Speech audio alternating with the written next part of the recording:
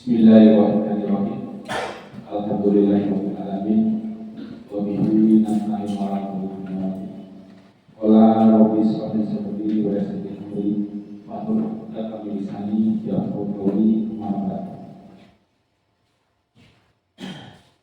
Kepada Bapak Agus Rahmanto SPD selaku Pengawas SD 2 Negeri 2 Samarinda yang kami hormati, pada Bapak Riyadi SPD selaku Kepala Sekolah Negeri 2 Samarinda yang kami hormati, pada Ibu Nabila SPD selaku Guru Muda di Kecamatan Dalam Padang dan yang alhamdulillah tugas di SD Negeri 2 Samarinda yang berbahagia, Bapak, Ibu-ibu peserta daripada implementasi yang sempat hadir pada pagi menjelang siang ini, insya Allah dimuliakan oleh Allah Subhanahu wa Ta'ala. Amin ya rabbal alamin. Bapak, Ibu-ibu yang kami hormati, izinkanlah di sini saya selaku moderator untuk membacakan susunan acara pada siang ini seperti berikut. Yang pertama adalah pembukaan, yang kedua sambutan. Sambutan pertama adalah kepada kepala sekolah, sambutan yang kedua adalah kepala SPLB dan pengawas sekolah Kecamatan Dalam Padang, Kabupaten Tanggamus. Acara yang ketiga yaitu penyampaian materi oleh Ibu Meliawati, dan acara yang keempat adalah tanya jawab. Meningkat acara yang kelima adalah penutup. Bagaimana Pak? Masih ada yang berdapat atau cukup ini? Ibu, acara yang saya katakan cukup atau ada yang berdapat? Cukup ya, terima kasih. Baiklah, untuk menghemat waktu dan mendapatkan barokah dari Allah Subhanahu wa Ta'ala, acara ini kita buka dengan sama-sama membaca lafaz basmalah. Bismillahirrahmanirrahim. Meningkat acara yang kedua yaitu sambutan pertama yaitu dari Bapak Kepala Sekolah C2 Samarinda. Waktu dan tempat kami persilakan. Bismillahirrahmanirrahim. Assalamualaikum warahmatullahi wabarakatuh. Wassalamualaikum warahmatullahi wabarakatuh. Bapak Koordinator SPLB yang saya hormati, Pak Agus Rahmanto SPD, dan juga pada bapak-bapak, ibu-ibu Dewan Guru SDN itu yang saya hormati. Salam adalah kehidupan kepada Nabi kita Nabi Muhammad SAW yang kita nanti sepak menjadi objek yang kami hormati. Alhamdulillah pada pagi hari ini terima kasih kepada Bapak SPLB bisa hadir di tempat kita SD2 Samarinda untuk menghadiri kehadiran implementasi dari Ibu Guru Penggerak kita dalam keadaan sehat walafiat, tidak kurang suatu apapun. Insya Allah ada pengarahan ataupun tentunya untuk kebersamaan kita nanti dari Pak SPLB dan juga nanti dari Ibu Neni sebagai guru yang ada di Dalam Padang ini. Nanti kita sama-sama menyimak ini untuk laporan Ibu Neni nanti. Ibu Neni sebagai guru penggerak yang ada Dalam Padang. Jadi alhamdulillah bersyukur, terima kasih artinya kita dari SDN 2 Samarinda ini ada yang salah satunya kita mendapatkan guru penggerak untuk mengajak-ngajak kawan-kawan kita semua untuk tujuannya ke anak-anak didik kita dan bagi untuk guru, pada guru-guru semua. Jadi karena waktunya sudah semakin siang, Bapak akhiri itu saja yang bisa Bapak sampaikan, nanti langsung dibuka oleh Pak Agus. Jadi Bapak akhiri, wabillahi taufiq wal hidayah. Wassalamualaikum warahmatullahi wabarakatuh.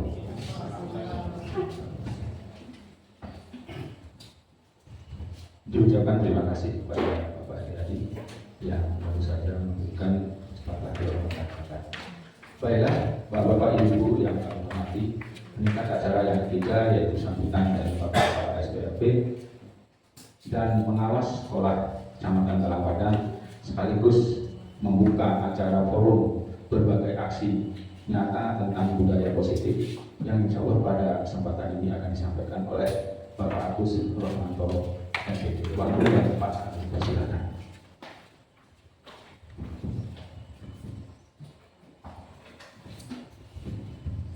Mohon izin mungkin sambil duduk apa ya? Ya.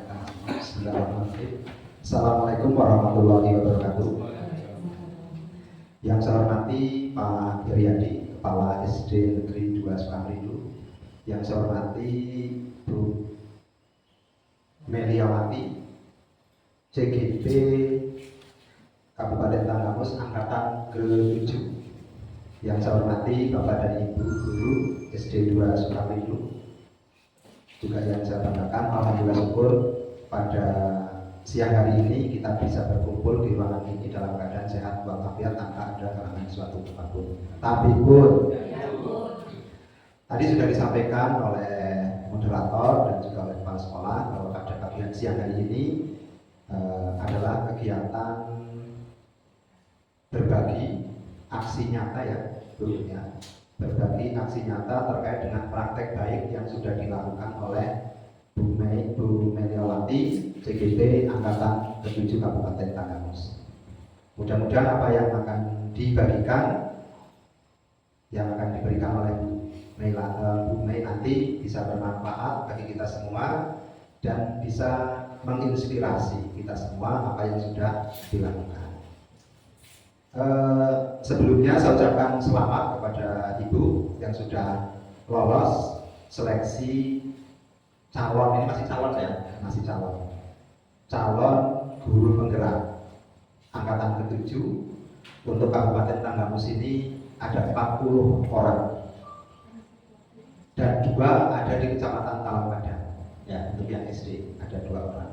Oleh karena itu saya ucapkan selamat ya, mudah-mudahan nanti dengan mengikuti calon guru penggerak dan nanti proses itu dilalui sampai dengan selesai dan dinyatakan lulus, maka sesuai dengan yang sudah disampaikan oleh kementerian bahwa kita semua ini harus tergerak, bergerak dan menggerakkan. Nah, pada hari ini ya, Bu Meliawati ini sudah tergerak dari kemarin dan sudah bergerak melaksanakan praktek baik di kelasnya, kelas berapa? Kelas 5, dan hari ini berupaya mau menggerakkan Bapak Ibu semua. Karena ada 3 itu tadi, tergerak, bergerak, dan menggerakkan. Nah, itu mudah-mudahan hari ini apa yang akan dilakukan oleh Ibu ya bisa menggerakkan kita semua.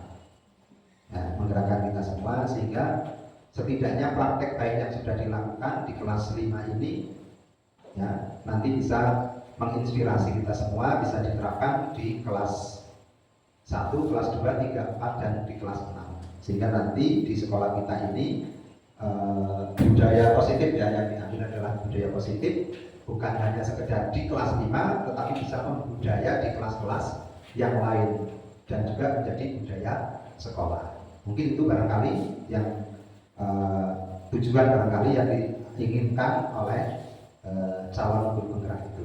Saya merasa bangga dari 40 itu di Kecamatan Talangpadang ada 2 dan lebih bangga lagi walaupun kita berada di dalam SD 2 Sukamrindu, akses jalannya juga kalau pas habis hujan seperti itu Pak Hel ya, tapi di sini juga ada potensi untuk calon guru penggerak kita itu. Oleh karena itu saya juga berharap teman-teman di sini juga mendukung apa yang dilakukan oleh teman kita sehingga nanti bisa lolos sampai dengan tahap akhir kegiatan-kegiatan ini ya, sehingga pada akhirnya betul-betul lulus sebagai guru penggerak. Nah, manfaatnya banyak sekali, tadi sudah kita sampaikan sebagian di ruang guru tadi, salah satunya. Jadi salah satunya adalah sertifikat guru penggerak adalah menjadi salah satu syarat yang lain banyak, salah satu syarat menjadi kepala sekolah. Tapi saya yakin Bu Meliawati ini juga belum tentu ke kepala sekolah, tapi setidaknya sudah punya salah satu. Karena itu bukan tujuan.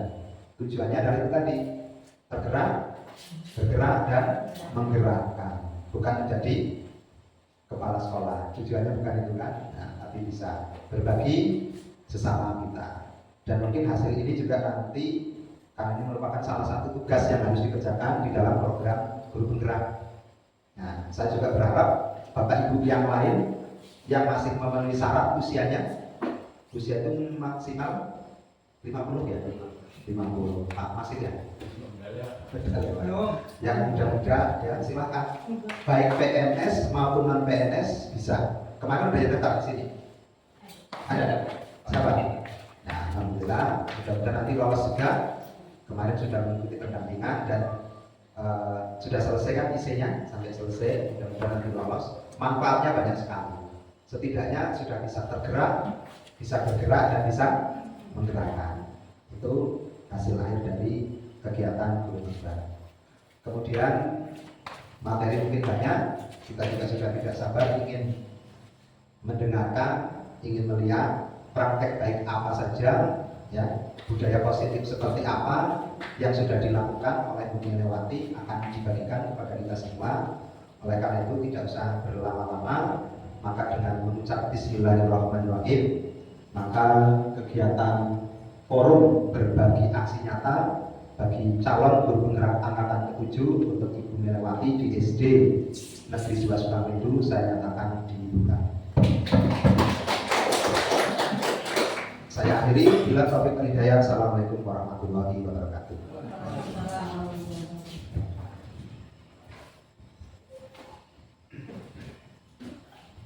Baiklah, Bapak Ibu yang kami hormati, acara yang ketiga yaitu penyampaian materi yang akan disampaikan oleh Ibu Meliawati SPD.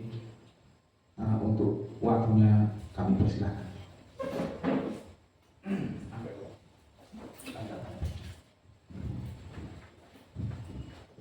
Assalamualaikum warahmatullahi wabarakatuh. Waalaikumsalam warahmatullahi wabarakatuh. Tabipun. Ya pun. Bismillahirrahmanirrahim. Assalatu wassalamu ala asrofil anbiya'i wal mursalin wa ala alihi wa sahbihi ajma'in. Amma ba'du. Terima kasih sebelumnya kepada Bapak Kepala SPLB Kecamatan Tarangpadang sekaligus pengawas sekolah di SDN 2 Sukamaju, Bapak Agus Romanto telah hadir sekaligus membuka acara forum berbagi ini. Terima kasih banyak Pak untuk waktunya. Dan untuk Bapak Heriadi SPD, terima kasih juga atas waktu dan dukungan serta kolaborasi untuk pemikiran dan tenaga sehingga hari ini saya perwakilan untuk di Kecamatan Tarangpadang CGP Angkatan 7 untuk Kabupaten Tanggamus bisa melakukan aksi nyata forum berbagi. Insya Allah ini materinya banyak, memang Bapak Ibu ada 6 topik pembahasan dan ini agak padat, tapi mudah-mudahan ini kalau kata anak YouTuber daging katanya. Insya Allah daging semua isinya, karena ini akan mengubah paradigma kita sebagai pendidik tentang apa itu belajar, apa itu disiplin, dan apa itu nanti budaya positif yang bisa kita terapkan di sekolah kita ini, di SDN 2 Sukamaju ini. Salawat dan salam selalu teriring kepada Nabi junjungan kita Muhammad SAW. Semoga kita menjadi barisan orang-orang yang akan mendapatkan syafaat dari beliau. Amin. Baik Bapak Ibu, karena materinya cukup banyak, langsung saja saya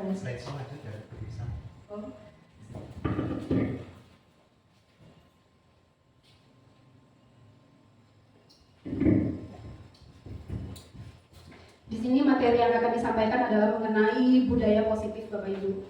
Nah, apa itu budaya positif?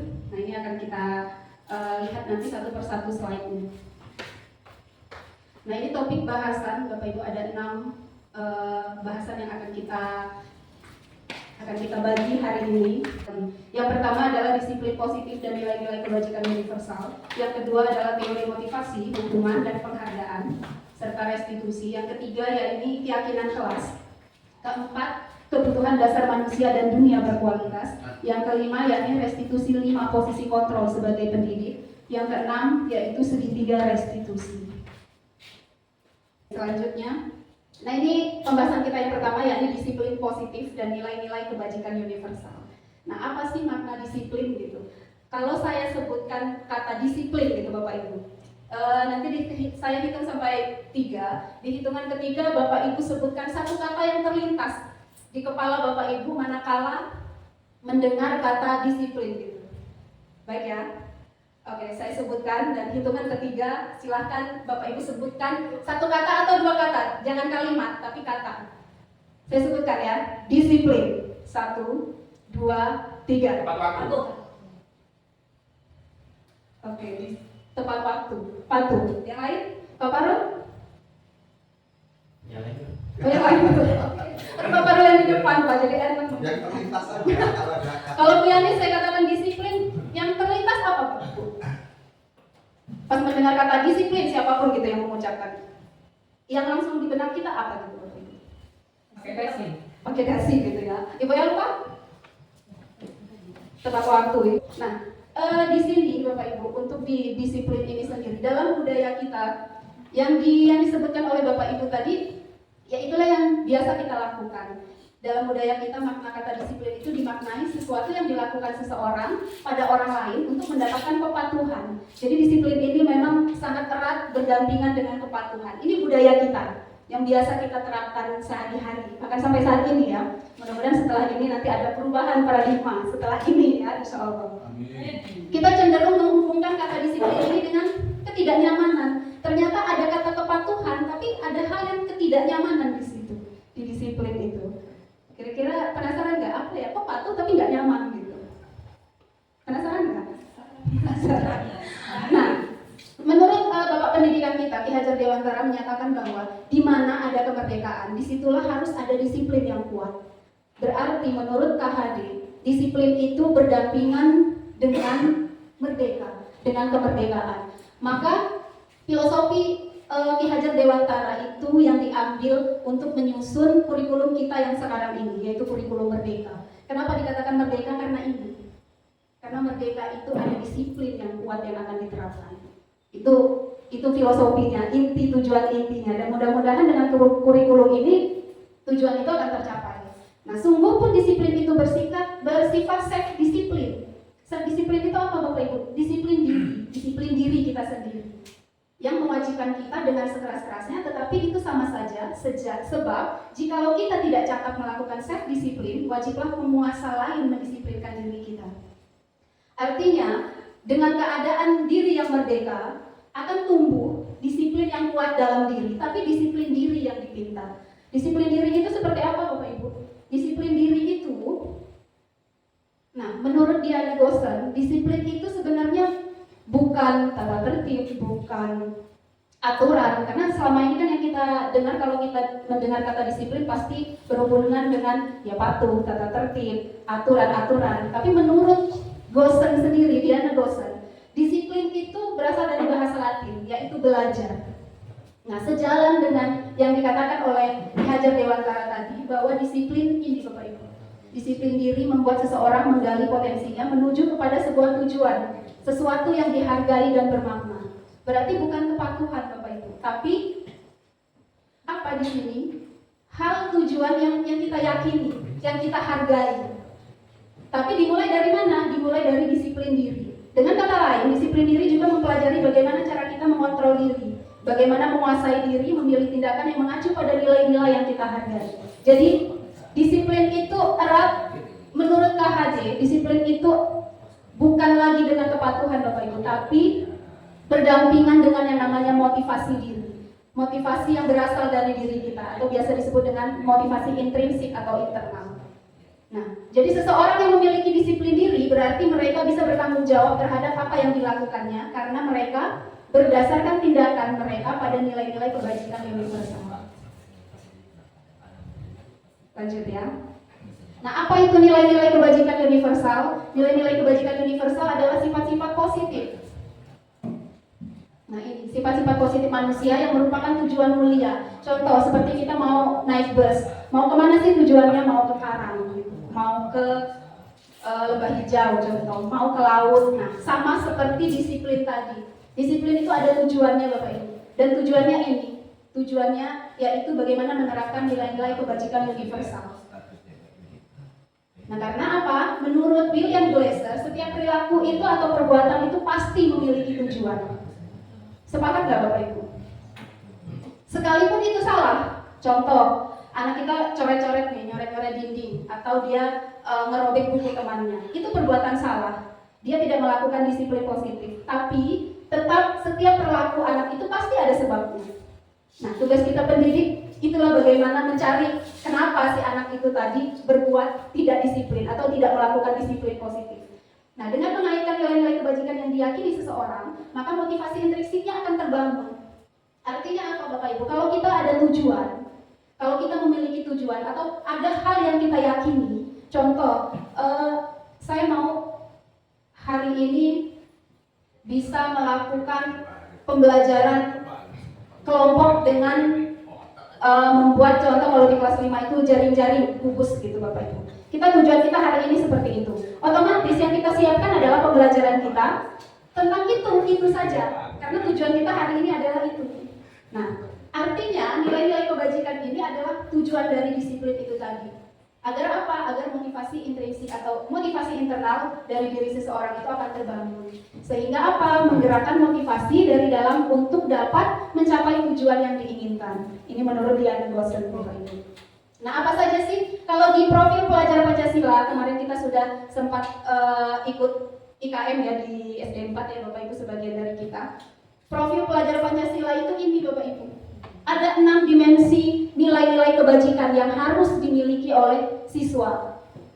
Dan ini lulusan sekolah nanti Bapak Ibu untuk di SD, ini anak-anak harus punya ini. Nah, tugas kita untuk bagaimana memunculkan ini dalam diri murid-murid kita. Yang pertama beriman, bertakwa kepada Tuhan Yang Maha Esa dan berakhlak mulia. Ada mandiri, bernalar kritis, berkebinekaan global, bergotong royong dan kreatif. Lanjut ya. Nah ini salah satu nilai-nilai kebajikan Bapak Ibu. Nilai-nilai kebajikan itu banyak sekali. Ada toleransi, rasa hormat, integritas, mandiri, menghargai, ada keadilan. Ini dari berbagai organisasi yang melakukan penelitian. Ada kesatuan, ada hormat dan santun, ada kreativitas. Nah, ada peduli, di sini banyak sekali. Nah, di sini inilah nilai-nilai kebajikan yang akan kita tuju. Tujuan dari pembelajaran kita ini akan ini nantinya membentuk siswa-siswa kita memiliki 6 dimensi profil pelajar Pancasila tersebut. Nah, materi yang kedua ya ini teori motivasi, hukuman dan penghargaan serta restitusi. Nah, ini kaitannya dengan pertanyaan pemantik di awal tadi Bapak Ibu. Nanti akan kita pelajari kenapa setuju, kenapa tidak setuju. Nanti kita akan bahas di sini. Baik. Nah, teori motivasi perilaku manusia ini Bapak Ibu. Jadi setiap manusia tadi menurut William Glasser tadi bahwa setiap perbuatan itu pasti ada tujuan. Dan inilah tiga motivasi yang sudah dirangkum yang menjadi motivasi perilaku manusia. Siapapun, baik kita guru atau murid atau siapapun. Yang pertama yaitu untuk menghindari ketidaknyamanan. Biasanya kita melakukan sesuatu itu karena termotivasi untuk menghindari ketidaknyamanan atau hukuman tadi. Nah ini yang pertama. Dan biasanya motivasi pertama ini motivasi paling rendah Bapak Ibu. Artinya kita melakukan itu karena ada hukuman. Contoh, anak murid kita tidak seragam atau bukan, dia tidak mengerjakan PR ya. Mungkin si guru setiap ada yang tidak mengerjakan PR, dia lari, kita suruh lari 3 kali putaran lapangan.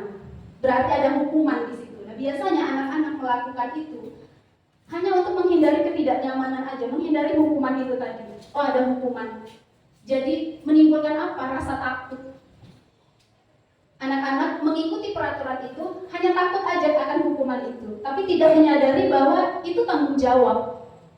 Itu memang harus dilakukan oleh siswa. Kita harus komitmen dengan aturan-aturan atau keyakinan-keyakinan yang sudah kita sepakati di sekolah. Nah, tapi kalau seseorang yang memiliki motivasi ini, dia tidak tidak akan mencari itu atau tidak akan melakukan hal sesuatu sebagai tanggung jawabnya, tapi hanya menghindari ketidaknyamanan saja, menghindari hukuman supaya nggak dihukum aja udah. Dan itu akan mengalir terus tanpa disadari. Akhirnya apa? Tanggung jawab itu tidak ada dalam diri murid kita. Nah, yang kedua yaitu motivasi perilaku manusia untuk mendapatkan imbalan, Bapak Ibu, imbalan orang lain atau institusi atau atasan atau siapapun dari guru. Imbalan ini bisa berupa hadiah, penghargaan, apalagi pujian, itu termasuk imbalan. Nah, contoh tadi ada yang ngasih contoh tadi di sini, umpamanya apa tadi buat sih? Terus dikasih, kalau dapat 100 anaknya. Nah, kerjakan matematika ada 5 soal. Yang dapat 100, ibu kasih uang 5.000, contoh. Anak itu akan mengerjakan, Bapak Ibu. Akan mengerjakannya. Tapi nilailah, yang mungkin yang pernah melakukan itu, maksimal nggak anak itu? Kadang enggak. Kadang nyontek. Yang penting bisa dapat nilai 100, terus saya dapat uang 5.000. Nah, artinya apa? Motivasi yang kedua ini hampir sama, Bapak Ibu. Tetap ini adalah motivasi yang tidak timbul dalam diri murid kita. Hanya melakukan sesuatu ya karena ada imbalannya. Yang pertama karena takut. Kalau yang kedua, melakukan dengan senang hati tapi karena sesuatu. Karena ada motivasi di luar itu, bukan karena dalam dirinya. Maka siswa kita biasanya pelajaran berikutnya atau di pelajaran yang lain biasanya minta, Bu, kalau dapat nilai 80, kasih 2.000 dong. Biasanya seperti itu kan. Biasanya anak-anak kita nanti akan seperti menurunkan kualitas. Kalau 105.000 ya Bu, kalau 80 2.000 dong Bu, katanya seperti itu. Atau hadiah-hadiah kecil seperti kita kasih pulpen, kita kasih alat tulis. Nanti setiap kita bikin soal atau kita ada soal-soal di pelajaran berikutnya, tidak hanya matematika, iya akan nagih. Bu, kalau dikasih hadiah enggak? Katanya. Iya, nagih. Pasti mereka hanya akan selalu menagih itu dengan kita guru. Mereka hanya meyakini bahwa ya ibu itu pasti ngasih. Soalnya kemarin udah sekali 2 kali dikasih, pasti ini dikasih. Nah, mereka akan mengingat itu. Tapi dua motivasi ini Bapak Ibu, ini adalah motivasi eksternal. Motivasi yang tidak timbul dalam diri murid kita. Artinya mereka tidak melakukan itu bukan dalam bentuk tanggung jawab mereka, melainkan hanya karena ingin hadiahnya atau supaya nggak dihukum aja sama Bapak Ibu guru seperti itu. Nah, motivasi yang ketiga yaitu di sini untuk menghargai diri sendiri. Nah, menghargai diri sendiri ini apa Bapak Ibu? Inilah motivasi internal dan merupakan tujuan disiplin positif kita. Dan selanjutnya, nah, di sini bedanya hukuman dan konsekuensi Bapak Ibu. Tadi kita bahas tentang hukuman. Hukuman itu sifatnya satu arah dan tidak direncanakan. Pernah nggak Bapak Ibu kita menghukum anak tiba-tiba yang keluar aja di kepala kita? Belum kita sepakati ini dengan siswa, tapi karena kesal sama anaknya, karena kesal anak ini tidak mengikuti perintah kita sebut aja gitu. Pernah ya Bapak Ibu ya? Karena saya juga pernah melakukan itu. Sering. Iya, artinya kadang kan anak yang nggak bikin PR, terus langsung kita bilang aja, udah nak kamu itu dulu, mungut sampah dulu coba ya, kamu mungut sampah. Padahal itu kadang nggak relevan dengan kesalahannya Bapak Ibu. Nggak bikin PR, terus hukumannya mungut sampah. Itu jauh dari substansi kesalahan yang dilakukan. Nah, hukuman ini anak tidak dilibatkan. Anak-anak hanya menerima hukuman tanpa melalui kesepakatan. Jelas, biasanya hukuman ini hanya kita guru ya Bu ya yang buat. Bahkan belum kita rancang, tapi seadanya aja yang di kepala kita sebutin aja. Yang penting anak ini nurut, terus nggak ngulang lagi, pengen kita seperti itu. Tapi ternyata banyak penelitian Bapak Ibu, hukuman ini ternyata justru paling banyak yang melakukan pengulangan kesalahan itu ya karena dikasih hukuman ini. Berarti hukuman ini tidak efektif Bapak Ibu untuk mendisiplinkan anak. Ya karena itu tadi. Tapi nggak setuju. Iya, Bapak baru nggak jawab ya Pak ya. Maksudnya nggak setengah setuju. Iya kan? Oh gitu. Nah itu tadi.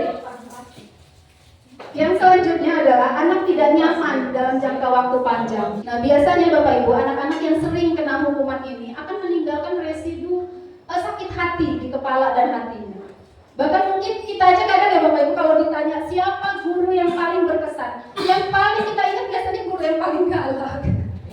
Malah yang kita ingat justru guru-guru yang sering ngasih hukuman. Karena ini Bapak Ibu, anak yang sering dapat hukuman itu akan meninggalkan residu sakit hati dalam jangka waktu panjang. Dan ini akan jadi cerita berlanjut sampai nanti anak-anak ini kalau dia jadi guru nanti si anak itu jangan-jangan akan memperlakukan hal yang sama pada muridnya yang berikutnya. Nah, jadi generasi kita ya begini-begini saja, nggak akan lepas dari hukuman. Nah, hukuman ini juga diberikan biasanya berupa hukuman fisik atau psikis. Hukuman fisiknya itu tadi, lari ya lapangan 5 kali, udah kamu sana, nggak misi-misi PR, udah 3 kali, kan? Jajan kita biasanya terus mulut ngoceh, tapi kita ngasih juga yang namanya hukuman fisik. Jadi sebenarnya anak itu dapat hukuman 2 kali juga ini. Dapat kata-kata yang tidak baik dari kita, juga dapat hukuman fisik. Sebenarnya kita bukan ngasih hukuman yang sekali aja, justru 2 kali dia dapat ketiban tangganya 2 kali. Nah, psikisnya ini apa? Yang dari kata-kata kita tadi, kamu ini, nah udah dengan gestur, biasanya kita udah bertolak pinggang kalau udah kesel dengan anak.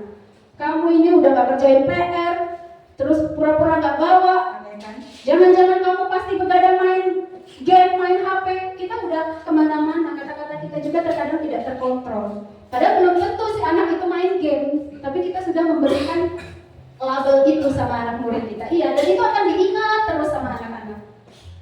Nah, yang berikutnya adalah hukuman ini terkadang tidak relevan dengan pelanggarannya. Nah, itu tadi, terkadang hukumannya tentang pembelajaran, pelanggarannya tentang pembelajaran, tapi kita hukum secara fisik yang tidak ada kaitannya dengan pembelajaran. Contohnya ngebersihin WC, kata kita.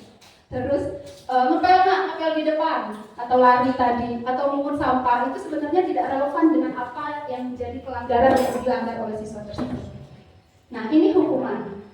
Nah, kalau konsekuensi ini sifatnya terencana dan sudah disepakati. Biasanya kalau konsekuensi kita rapatkan dulu, atau minimal kita rapat dewan guru. Oh ya Bapak Ibu, kita bikin peraturan-peraturan, kita bikin sampai mungkin 10 poin. Kita sosialisasikan, kita sepakati dengan guru-guru. Ini ya Bapak Ibu guru, kalau dia dilanggar, kalau poin ini dilanggar, ini konsekuensinya. Kalau poin ini dilanggar, ini nanti yang didapatkan. Kalau yang poin ini dilanggar, ini nanti yang akan kita berikan. Nah, kalau konsekuensi itu terencana dan pasti kita sepakati. Dan juga dalam penerapannya, konsekuensi ini biasanya kita umumkan ke siswa. Nah, kita bikin kesepakatan kelas, contoh. Kalau kamu tidak mengerjakan PR 3 kali berturut-turut, istirahat pertama kamu habis hilang. Istirahat pertama kamu selama 15 menit kamu mengerjakan tugas itu. Nah, itu konsekuensi namanya. Kita bikin kesepakatan sama siswa. Kalau siswa sepakat, itu kita terapkan, diperbolehkan Bapak Ibu. Tapi kalau bentuknya adalah hukuman, ini dalam kurikulum Merdeka seyogyanya tidak lagi kita pakai. Kita ganti ke konsekuensi, dan ini pun seminimal mungkin konsekuensi pun tidak kita gunakan. Ada tahapan berikutnya yang lebih memerdekakan atau lebih memotivasi siswa, yaitu langkah restitusi. Nanti akan kita bahas di berikutnya di poin ke-6. Nah, konsekuensi ini juga tetap menimbulkan rasa tidak nyaman atau jangka waktu pendek. Kalau anak kita biasanya yang males benar karena sering melanggar, biasanya jadi males, malah nambah males karena keseringan dapat hukuman dari Bapak Ibu guru, meskipun itu telah disepakati. Nah, berikutnya konsekuensi biasanya diberikan berdasarkan suatu data atau umumnya dapat diukur. Jelas, karena konsekuensi ini biasanya karena sudah kita sepakati, maka ini sesuai data. Jadi kalau siswa tidak melanggar poin A, dia akan mendapatkan konsekuensi yang B. Biasanya seperti itu. Dan konsekuensi masih lumayan mending daripada hukuman karena dia relevan dengan pelanggaran yang dilakukan. Contoh pelajaran PJOK, menyepakati dengan siswa kumpul di lapangan harus jam 7.35 menit. Lewat dari situ, anak yang tidak kumpul tepat waktu lari lapangan 1 kali. Itu relevan Bapak Ibu, karena lagi pelajaran PJOK. Jadi hukumannya relevan dengan pelanggarannya dan itu sudah disepakati. Tapi kalau telat kumpul di lapangan, terus anak berdiri, nggak diperbolehkan ikut olahraga, terus berdiri kakinya juga diangkat, kuping dijewer. Nah itu adalah hukuman, bukan lagi konsekuensi. Karena apa? Hukuman itu yaitu tadi, apa yang ada di kepala kita, saking keselnya kita sebutkan saja. Anak biasanya kaget dengan hal-hal seperti itu karena belum pernah disampaikan, tapi mereka sudah menerima konsekuensinya. Nah itu seperti itu, perbedaan hukuman dengan konsekuensi. Berikutnya, di sini ada ini Bapak Ibu, ada masalah-masalah. Nah, di sini ada 1, 2, 3, 4, 5, 6, 7. Ini akan kita isi sama-sama. Kira-kira hukuman atau konsekuensi isinya. Yang pertama ya Bapak Ibu, mencatat 100 kali di dalam buku kalimat saya tidak akan terlambat lagi karena terlambat ke sekolah. Jadi ada anak yang terlambat, kita kasih seperti ini. Nulis ya Nak ya. Sebanyak 100 kali di buku, saya tidak akan terlambat lagi. Mungkin kita pernah yang melakukan ini Bapak Ibu, tapi entah tahun kapan. Nah, kira-kira ini hukuman atau konsekuensi Bapak Ibu? Hukuman. Pak Marjito? Setelah tahu kita tadi bedanya hukuman dan konsekuensi, kira-kira pelanggaran yang pertama ini, pernyataan pertama ini hukuman atau konsekuensi? Bu Arsi? Konsekuensi. Bu Yanis? Hukuman. Bu Ulfa? Hukuman. Oke. Oke baik, kita simpan dulu ya jawabannya. Yang kedua, lari mengelilingi lapangan basket 2 kali karena terlambat hadir ke sekolah. Jadi ada anak yang terlambat sekolah, kita suruh lari Nak 2 kali lapangan. Nah ini hukuman atau konsekuensi Bapak Ibu? Hukuman juga itu. Pak Marjito? Hukuman. Biarin? Hukuman. Oke. Ingat ya Bapak Ibu ya jawabannya. Nanti kita samakan. Murid diminta untuk push up 15 kali karena tidak menggunakan masker ke sekolahan. Jadi ada anak yang nggak pakai masker, kita suruh push up Nak, kamu nggak pakai masker. Ini kira-kira hukuman atau konsekuensi? Hukuman itu lah. Hukuman. Yang lain?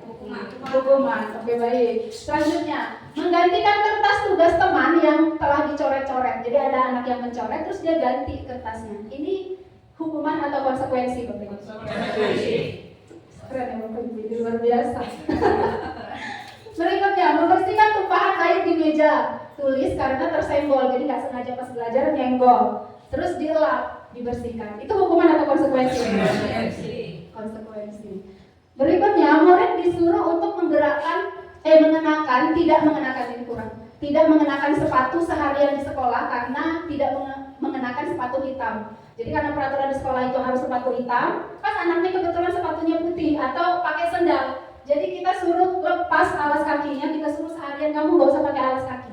Ini hukuman atau konsekuensi Bapak Ibu? Konsekuensi.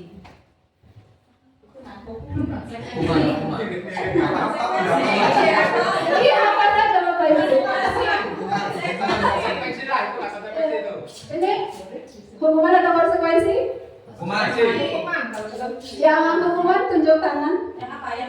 Yang apa ini ya sebagai yang hukuman. Oke, 2 orang. Ibu Yanis, hukuman 3 orang. Konsekuensi? Oke, ada 4 orang. Baik, simpan dulu ya Bapak Ibu ya. Terus lari mengelilingi lapangan basket 2 kali karena terlambat 10 menit untuk pelajaran PJOK. Ini hukuman atau konsekuensi? Konsekuensi. Ada jawaban yang lain? Yang lain? Apa sama? Konsekuensi semua? Ada yang hukuman untuk yang terakhir? Ibu apa? Bisa jadi dengan hukuman. Hukuman. Ibu Titin? Lari mengelilingi lapangan basket 2 kali karena terlambat 10 menit untuk pelajaran PJOK.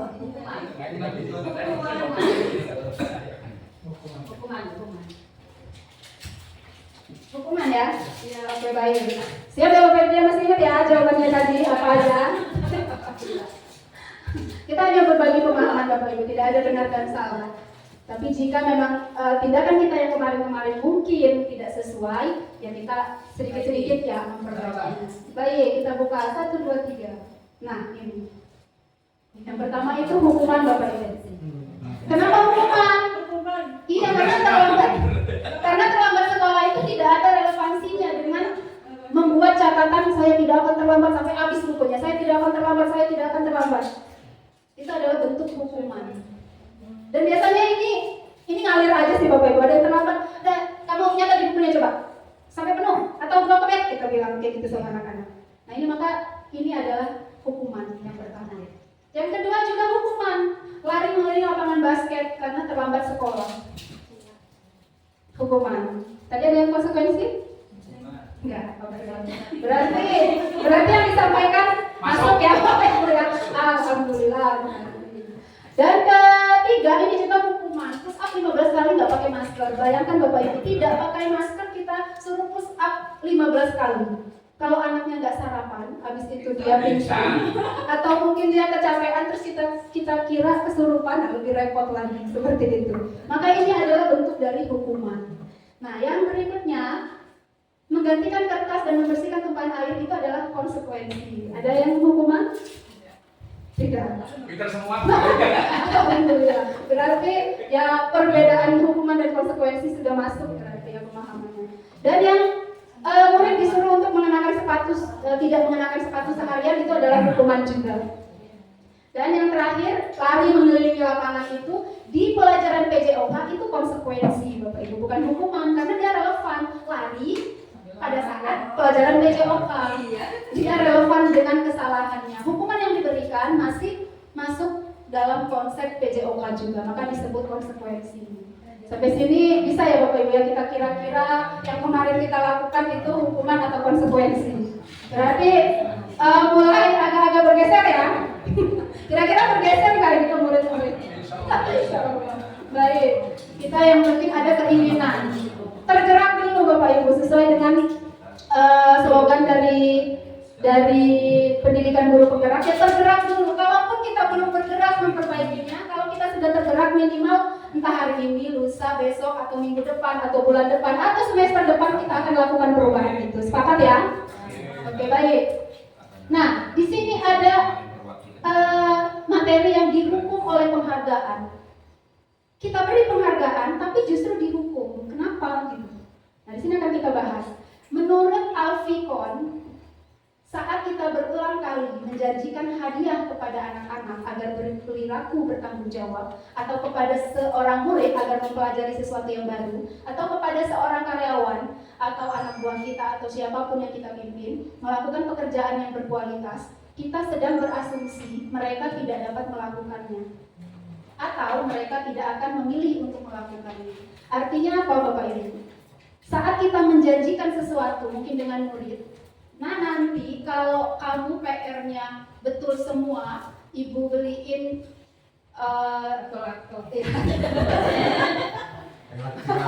iya, kalau beli lato-lato 10.000 bu lato-lato. Oh boleh main lato-lato di kelas, contohnya seperti itu. Kita beri akhirnya kita beri kelonggaran di situ. Nah ini sebenarnya Bapak Ibu, kalau kita lakukan itu, menjanjikan hadiah, memberikan pujian, memberikan penghargaan berupa imbalan dan apapun itu, sejatinya adalah kita itu berasumsi berarti anak kita itu nggak mampu. Dari gurunya aja sudah mengasumsikan berarti kalau dikasih hadiah anak-anak saya ini nggak mampu loh. Kita yakin bahwa anak-anak kita nggak mampu, maka supaya mereka mampu kita kasih hadiah supaya mereka bersemangat. Artinya apa Bapak Ibu? Berarti anak-anak kita nggak mampu kan melakukan itu. Mungkin pekerjaan sederhana pun kita kasih imbalan seperti itu. Nah ini menurut Alfikon itu akan mempengaruhi Bapak Ibu. Bisa jadi anak kita justru tidak melakukan sama sekali atau melakukannya tapi hanya setengah-setengah karena tidak ada motivasi dalam dirinya untuk melakukan. Yang penting ibu guru senang aja udah gitu. Atau bapak ibu gurunya senang aja terus nggak marah-marah gitu. Contoh kalau kita kan biasanya kalau lagi pusing terus anak-anak juga bikin mancing-mancing, biasanya kita ikut bapak ibu, akhirnya ngucap yang enggak aja ya di kelas itu. Oh ini pokoknya catat Sekian, halaman sekian biar nggak ribut. Kata kita nggak ribut, padahal sebenarnya mereka nambah ribut. Karena dengan menggunakan mereka, ibu guru atau banyak banget ini, nah sebenarnya mereka kita lagi mengajarkan mereka untuk ribut. Padahal tujuan kita supaya diam, supaya nggak ribut. Nah, apa kata Alfikon di sini? Ternyata hukuman itu Bapak Ibu dampaknya ada banyak. Yang pertama, berpengaruh jangka pendek dan jangka panjang.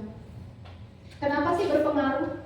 Ternyata kalau dihukum terus-menerus itu ya akan seperti tadi pembahasan di awal, meninggalkan residu Bapak Ibu, ketidaknyamanan, sakit hati, bahkan sama guru aja kadang dendam. Pernah ya kita ada lah murid yang mungkin terucap seperti itu karena saking keseringan. Terus hukumannya tingkat-tingkat lagi yang biasa jadi naik lagi karena anaknya itu aja yang bikin kesalahan. Jadi kita juga bikin bikin peraturannya asal-asal juga. Yang penting lebih berat pasti anak ini jerah. Ternyata nggak jerah-jerah. Masih bikin salah karena anak itu dunianya yang memang kreativitas. Makin kita halang ya pasti mereka akan makin mencari celah yang lain. Begitu juga dengan kesalahan. Nah, di sini juga hukuman ternyata penghargaan itu ada yang nggak efektif Bapak Ibu. Kenapa nggak efektif? Biasanya penghargaan ini justru akan membuat anak-anak kita tidak bisa melakukan apapun. Penghargaan yang kita beri tadinya supaya nggak ribut, justru mereka tidak mendapatkan apa-apa. Nulis tapi nggak dibaca sama sekali. Pada saat kita kasih soal, nggak nyangkut tulisan itu tadi karena mereka sudah kecapean nulis, kecapean dengan tugas yang kita berikan tadi. Sekian ke bed bu, katanya kan. Giliran dikasih pertanyaan satu pun materi yang kita sudah sampai suara kita habis, bolak-balik ke kantor karena minum. Enggak juga, akhirnya timbul kita yang emosi. Kayak mana sih Nas? Nggak ngerti apa ibu udah capek. Nah biasanya seperti itu akhirnya kata-kata kita yang keluar. Kata kunci pamungkasnya. Akhirnya kita kayak orang memelas. Kasihanin ibu Gena udah dari tadi suara habis seperti itu. Dan itu nggak berpengaruh apapun sama anak murid kita. Bahkan kadang anak murid kadang nggak kasihan juga sama kita ya Bapak Ibu ya. Jojong aja bodo amat ibu itu. Orang ibu aja ngasih tugasnya banyak-banyak. Nah, akhirnya apa? Menimbulkan penghargaan ini jadi tidak efektif. Yang tadinya kita ingin anak itu kita supaya dia tanggung jawab, supaya dia lebih patuh, ternyata tidak. Bahkan tidak melakukan apapun, bahkan justru melakukan kesalahan. Dan berikutnya, penghargaan ini merusak hubungan. Kok merusak hubungan sih ya? Nah, contohnya apa Bapak Ibu? Penghargaan yang merusak hubungan. Contohnya Bapak Ibu, kita bilang, nah ini ada permen yang nilainya 80, ibu kasih permennya 2. Yang nilainya di bawah 80 nggak ibu kasih. Terus biasanya anak yang kita kasih challenge seperti itu tidak semua siswa menerima tantangan itu. Ada siswa yang langsung putus asa Bapak Ibu. Alah udahlah, aku mah pasti yang dapat mah itu aja. Atau seperti ranking. Seperti kita bikin ranking. Kenapa di K13? Di K13 itu tidak ada lagi di rapor itu peringkat ya Bapak Ibu. Tujuannya ini Bapak Ibu. Tujuannya ini. Karena penghargaan itu ternyata sama aja dengan kita secara tidak langsung memberikan hukuman, memberikan bekas sama anak-anak. Nah, merusak hubungan ini apa? Akhirnya anak ini malas sama temannya. Udahlah, paling kayak itu aja katanya gitu. Biasanya juga sama temannya iri-irian ya Bapak Ibu. Ya, akhirnya bersaing. Ada persaingan yang tidak sehat biasanya di kelas. Nah, ini merusak hubungan keharmonisan antara siswa. Yang berikutnya adalah mengurangi ketepatan. Mengurangi ketepatan itu seperti ini Bapak Ibu. Makin kita berikan hadiah, justru anak-anak itu makin tidak melakukan dengan maksimal. Bahkan terkadang tidak melakukan sama sekali. Dan berikutnya menurunkan kualitas jelas. Karena sudah putus asa, biasanya anak-anak yang tidak dapat penghargaan ini malas. Jadi malas apapun yang kita bilang, bahkan dikasih hadiah pun mungkin yang berharga untuk mereka udah nggak lihat itu lagi. Udah males, palingan itu yang dapat gitu. Palingan kayak tetap aja sih itu yang dapat. Mereka sudah putus asa duluan Bapak Ibu. Akhirnya turun kualitas anak. Yang kita tadinya berpikir hadiah kita supaya mereka bangkit dalam belajar, bagaimana mereka bisa membangun potensinya, ternyata tidak. Justru penghargaan kita menurunkan kualitas mereka. Ini kadang nggak kita sadari ya Bapak Ibu ya. Biasanya udah kenapa ya? Pas sudah berjalan berapa kali, kok si A, kok si B, kenapa cuma yang dapat, yang lainnya kok kayak nggak tertarik saya kasih hadiah. Biasanya itu kita sadari kalau sudah 3 sampai 4 kali atau bahkan 2 sampai 3 kali kita lakukan. Dan ini wajib kita evaluasi Bapak Ibu tentang pemberian penghargaan kepada siswa. Dan penghargaan ini juga mematikan kreativitas. Betul, karena menurun kualitasnya otomatis anak-anak kita nggak kreatif. Seperti yang di depan tadi, mereka melakukannya. Kalaupun mereka belajar, kalaupun mereka mendapatkan nilai yang sesuai yang kita inginkan, itu hanya karena supaya gurunya senang aja udah. Kan ibu guru nggak marah terus dapat hadiah seperti itu. Atau justru nanti mereka akan itu tadi menagih. Pada saat mereka bisa melakukannya, menagih untuk berikut-berikutnya. Dan kita biasanya guru ini gak konsisten ngasih penghargaan, ngasih hadiah. Pas lagi gak bawa duit, contoh. Padahal bawa. Atau ini duitnya dibuat bayar apa gitu. Akhirnya gak kita kasih nih sekali. Anak akan langsung kecewa. Udah dapat 100 Bu. Berikutnya atau minggu depan kita akan beri lagi. Mereka udah agak turun semangatnya. Malas tahu karena mengingat kita pernah bohong. Nah itu kalau anak-anak pasti diingat Bapak Ibu dan itu membekas. Maka di sini penghargaan itu ya ini balik lagi ke yang pertama, berpengaruh jangka pendek dan jangka panjang. Dan berikutnya adalah penghargaan itu ternyata menghukum Bapak Ibu. Nah, mengapa menghukum? Karena ini tadi poin yang di atasnya, ternyata penghargaan ini justru mengakibatkan ini dampaknya ke siswa. Dahsyat ya Bapak Ibu ya. Ternyata penghargaan kita terkadang gak sesuai dengan skenario. Nah, kenapa sih bisa kayak gitu? Kenapa ya kira-kira Bapak Ibu? Ya karena itu tadi kita nggak konsisten juga Bapak Ibu, tidak berkelanjutan. Kalaupun Bapak Ibu ingin memberikan penghargaan, konsisten Bapak Ibu. Nanti di umpamanya Bapak Ibu di kelas 4 contohnya. Dari awal pembelajaran ngasih hadiah terus Bu, sampai terakhir. Kira-kira tekor juga ya Bu.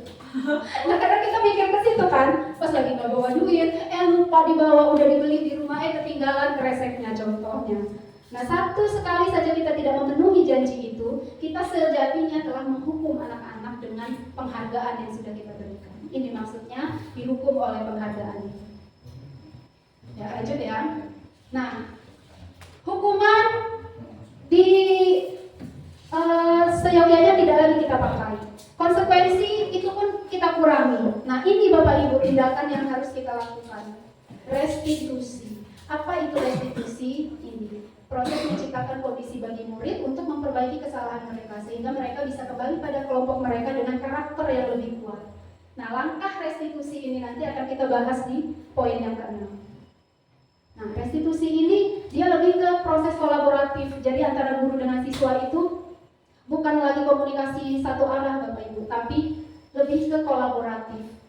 Jadi pendapat siswa juga kita libatkan dalam aturan, dalam apapun yang terjadi di kelas itu, siswa kita libatkan. Tidak lagi kita yang menjadi kontrol diri untuk siswa, tapi siswa sendiri yang belajar bagaimana mengontrol dirinya. Supaya apa? Disiplin positif ini akan terbangun sehingga budaya positif di sekolahan kita juga akan lebih baik, atau kebiasaan-kebiasaan baik yang sudah berjalan di sekolahan kita juga akan lebih baik lagi, akan lebih berkembang dan itu akan berdampak. Nah ini, baik lanjut.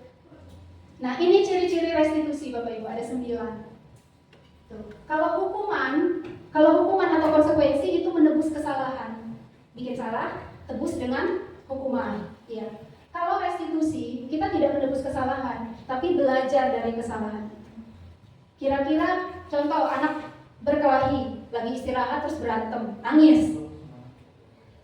Biasanya kan kita yang nangis, kamu berantem, kamu lagi, udah, yang satu mau siapa? Yang satu itu beresin kelas. Biasanya kita seperti itu, kan males kalau mau yang lain-lain kan. Yang penting anaknya jerak aja biar nggak ini lagi. Ternyata untuk direstitusi tidak seperti itu Bapak Ibu. Karena bukan untuk menebus kesalahan, tapi belajar dari kesalahan. Nah dari berantem tadi kira-kira apa yang bisa dipelajari atau hikmah apa yang kamu dapat? Nah itu yang mau kita bangun. Bukan tentang bagaimana siswa menebus kesalahannya. Yang kedua ya ini memperbaiki hubungan. Kalau tadi penghargaan itu merusak hubungan, restitusi ini justru memperbaiki hubungan Bapak Ibu.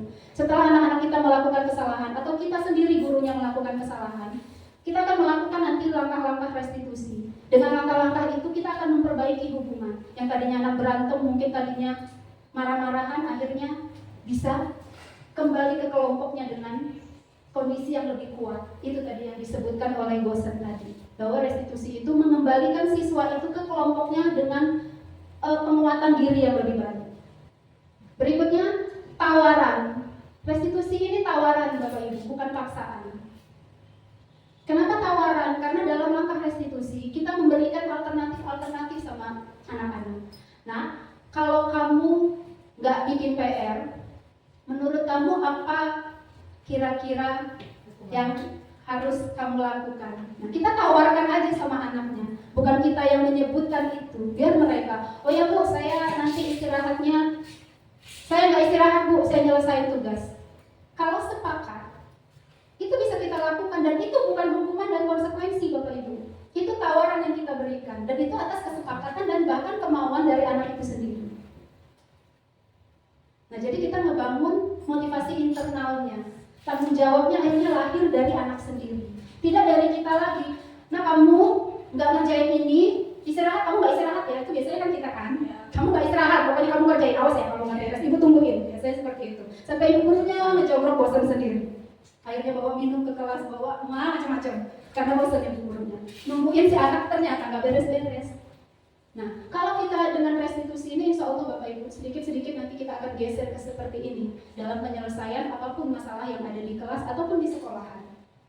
Bahwa kesalahan atau pelanggaran yang mereka buat, ini kita berikan tawarannya, bukan paksaan untuk menerima apa yang sudah kita tetapkan sendiri. Nah, jadi anak di sini berperan aktif dalam penyelesaian masalah. Begitu juga kita sebagai guru juga sama. Kalau kita melakukan kesalahan, mungkin, nah ini restitusi ini juga yang akan kita lakukan. Yang berikutnya keempat, restitusi menuntun untuk melihat ke dalam diri. Nah, seperti contoh tadi, kalau kita berikan tawaran, anak itu sendiri yang akan mengukur dirinya. Oh, karena saya nggak kerjain PR, saya nggak istirahat lah, saya mengerjain PR-nya. Jadi mereka sendiri yang mengukur dirinya, tanpa harus kita hanya memberikan ruang kepada mereka untuk mencari apa yang terbaik menurut mereka. Padahal ya salah mereka. Jadi kita hanya bukan pengontrol lagi Bapak Ibu, tapi kita hanya sebagai kalau di ini manajer.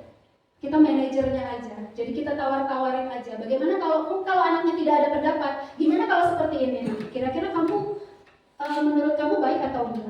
Kalau mungkin tidak diterima dengan anaknya, kita kasih tawaran yang lain. Sampai di tawaran itu anak itu mampu melakukan dengan mengukur dirinya sendiri. Iya, saya mampu. Saya mau seperti ini dulu. Nah, seperti itu. Yang berikutnya adalah restitusi mencari kebutuhan dasar atas tindakan yang dilakukan. Karena setiap perilaku Bapak Ibu, setiap anak yang melakukan kesalahan, itu pasti ada kebutuhan dasarnya yang tidak terpenuhi. Nah, ini nanti di bawah kita membahas tentang kebutuhan dasar manusia. Ada 5 poin. Dan berikutnya, restitusi diri adalah cara yang paling baik. Restitusi fokus pada karakter bukan tindakan. Jadi kita membangun karakternya tadi, relevan dengan profil pelajar Pancasila yang 6 dimensi tadi. Bernalar kritis, mandiri. Nah, disinilah tindakan mandiri inilah untuk kita bagaimana fokus pada karakter dari anak. Yang mau kita munculkan adalah mandiri itu tadi, serta tanggung jawab yang mereka harus lakukan. Berikutnya, restitusi fokus pada solusi. Jadi kita cari solusi, bukan nebus kesalahan tadi Bapak Ibu. Apa solusinya? Menurut kamu apa?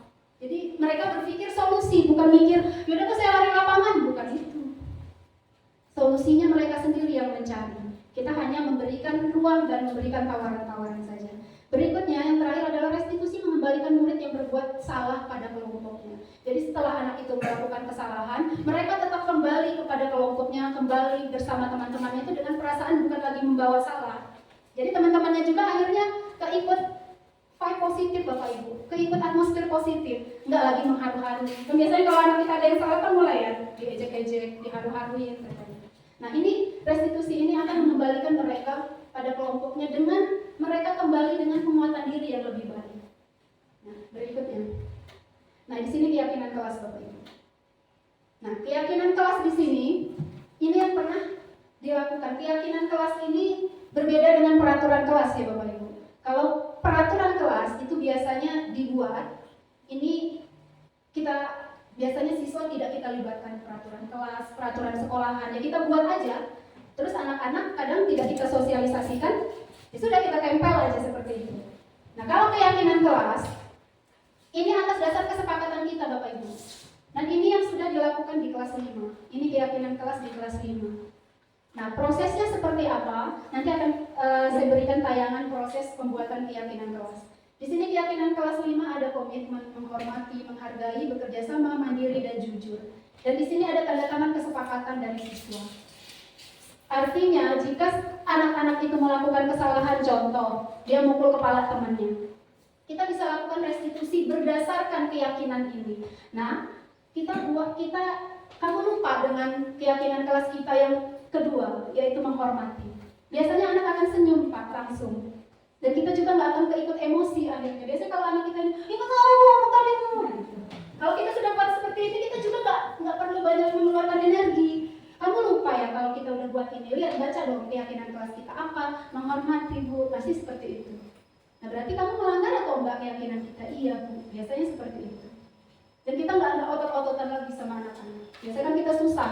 Anak-anak bilang, nggak tahu Bu, orang tadi udah mulai kita ini emosi, udah siang ya, udah tugas belum selesai, dia bikin kesalahan. Udah mulai kita kan, otak kita juga berpikir bagaimana supaya anak ini tidak melakukan lagi. Tapi kalau kita punya keyakinan kelas seperti ini, kita akan lebih bisa memanajemen kelas kita dengan baik. Mudah-mudahan Bapak Ibu, ini kan salah satu usaha ya.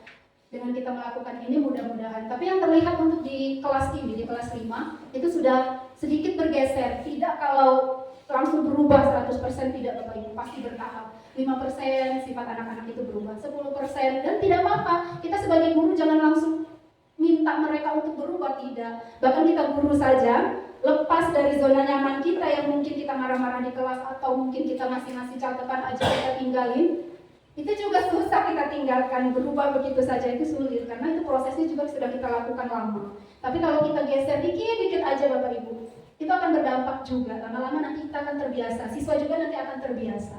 Dan itu pelan-pelan, semua berdasarkan proses. Nah, dari keyakinan kelas ini kita akan membangun lingkungan positif, baik di kelas, di sekolahan. Jadi setiap wajib tidak melakukan ini, wajib Bapak Ibu, wajib. Nanti Bapak Ibu bisa lakukan ini. Tapi ini Januarinya udah mau habis, nggak apa-apa. Mau Januarinya mau Februari juga tidak apa-apa. Lakukan hal sekecil mungkin, apapun itu praktik baik itu lakukan aja dulu Pak. Mau itu nanti berdampak atau tidak, itu tidak terlihat dalam 1 bulan, 2 bulan, atau bahkan 3 bulan, atau bahkan 1 semester. Ya ampun, anak saya tidak berubah sama sekali. Tidak apa-apa. Mereka juga butuh proses untuk beradaptasi dengan lingkungan baru, dengan peraturan baru, dengan hal-hal baru yang ada di kelasnya. Nah, lakukan saja dulu. Nanti kan mereka sendiri yang akan membangkitkan motivasi itu. Ya, seperti itu. Nah, ini contoh. Ada kesepakatan kelas ini Bapak Ibu, ada 2 kesepakatan kelas. Kira-kira menurut Bapak Ibu, mana yang merupakan keyakinan kelas? Yang warna hijau kah atau yang di putih ini? Kira-kira yang mana Bapak Ibu? Ada 2 contoh, ini sama ini. Sama-sama kesepakatan kelas, tapi mana yang merupakan proses dari keyakinan kelas? Yang hijau apa yang di layar putih? Yang layar putih siapa? Nggak apa-apa Bapak Ibu. Kan nggak dinilai sama Pak Agus juga nggak dinilai. Kan nggak mau ikut ujiannya 3K kan? Sertifikasinya nggak berkurang oleh Pak Agus ya. Tetap nanti gaji pokok. Iya, nah itu tadi selama masih 24 jam Bapak Ibu tetap dapat sertifikasi meskipun ini salah karena judul kita adalah forum berbagi. Jadi kita bagi-bagi seperti ini. Tulisannya hijau itu kurang Ini bisa baca itu. kurang dibaca ya. Iya. Ini kesepakatan kelas, datang tepat waktu, mengucapkan salam, menjaga kebersihan sekolah, berdoa sebelum dan sesudah kegiatan, aktif dalam pembelajaran. Yang terakhir tertib. Yang hijau. Kalau yang putih, ini kesepakatan kelas juga judulnya. Isinya kami guru dan murid yang saling menyayangi. Kami murid yang semangat belajar. Kami murid yang peduli dengan teman-teman. Yang hijau yang mana? Tunjuk kanan. Kesepakatan kelas. Ya. Menurut yang hijau. Dua-duanya kesepakatan kelas Bapak Ibu. Tapi mana yang merupakan proses dari keyakinan kelas? Yang hijau tunjuk tangan. Hijau. Yang hijau. Yang putih? Harun. Saya makan sama di Quran saya. Yang hijau ini warna kesukaan Rasul ini Pak. Gak ngerti ya? Harun itu golput berarti. Dikoreksi dengan Pak Baru yang putih ya. Oke. Jadi ini Bapak Ibu. Yang menjadi proses keyakinan kelas adalah ini. Yang putih. Waduh, kasih apa? Tepuk tangan dong kalau semua sudah saya pakai. Kasih permen itu. Mana nggak sama di Quran? Bahasanya itu. Kenapa? Kenapa yang hijau juga? Iya, ini kan sama judulnya Bapak Ibu. Kesepakatan kelas semua. Sepakat juga. Tapi kalau lihat isinya mantap itu yang Iya, yang hijau. Iya, yang hijau mantap memang Bapak Ibu. Tapi kebersihan. iya, kenapa coba yang hijau bukan keyakinan kelas, justru yang putih? Karena yang putih ini Bapak Ibu tuh memunculkan nilai-nilai kebajikan universal yang kita tayangkan sebelumnya tadi, yaitu saling menyayangi. Ada hal positif yang dibangun. Kalau di sini datang tepat waktu mengucapkan salam, ini tindakannya positif, tapi belum merujuk pada nilai kebajikan universalnya. Maksudnya tujuannya ngapain datang tepat waktu itu buat apa? Jadi disiplin. Nah, ya kita kembali ke disiplin tadi kan. Terus mengucapkan salam itu buat apa? Kalau di sini kita saling menyayangi, poinnya bisa mengucapkan salam. Bukankah salam itu salah satu tanda kita saling menyayangi? Nah, seperti itu. Kenapa yang putih ini merupakan proses keyakinan kelas? Karena ada tujuan dari kesepakatan yang dibangun tadi. Yang kedua adalah untuk semangat belajar. Datang tepat waktu untuk apa? Semangat belajar. Nah, jadi ini bukan termasuk keyakinan kelas. Tapi apakah ini termasuk tindakan baik? Jelas. Ini praktik baik juga. Menjaga kebersihan sekolah termasuk praktik baiknya. Tapi dalam proses keyakinan kelas, ini belum masuk dalam kategori keyakinan kelas. Karena belum ada tujuan yang dicapai. Kalau ada takut nggak dapat sertifikat. Oke, baik. Nah, ini yang keempat adalah kebutuhan dasar manusia. Nah, ada 5 Bapak Ibu kebutuhan dasar. Ada 5 kebutuhan dasar manusia. Yang pertama itu survival, yaitu bertahan hidup. Ini kebutuhan dasar manusia. Jadi siapapun ya ini kebutuhan dasarnya. Ada kebutuhan dasar bertahan hidup atau survival, penguasaan, kasih sayang dan rasa terima kasih diterima, kesenangan dan kebebasan. Ini setiap orang punya ini. Ini hak asasi. Jadi kalau ini dilanggar ya kita melanggar hak asasi. Nah, apa saja? Nah, ini yang kelima adalah 5 posisi kontrol. Nah, di sini Bapak Ibu. Posisi kontrol kita sebagai guru, ada sebagai penghukum, pembuat rasa bersalah, ada teman, ada pemantau dan ada manajer. Dan posisi kontrol tertinggi yang wajib kita punya sebagai guru adalah manajerial. Manajer. Kita ini guru tapi manajer untuk anak-anak murid kita.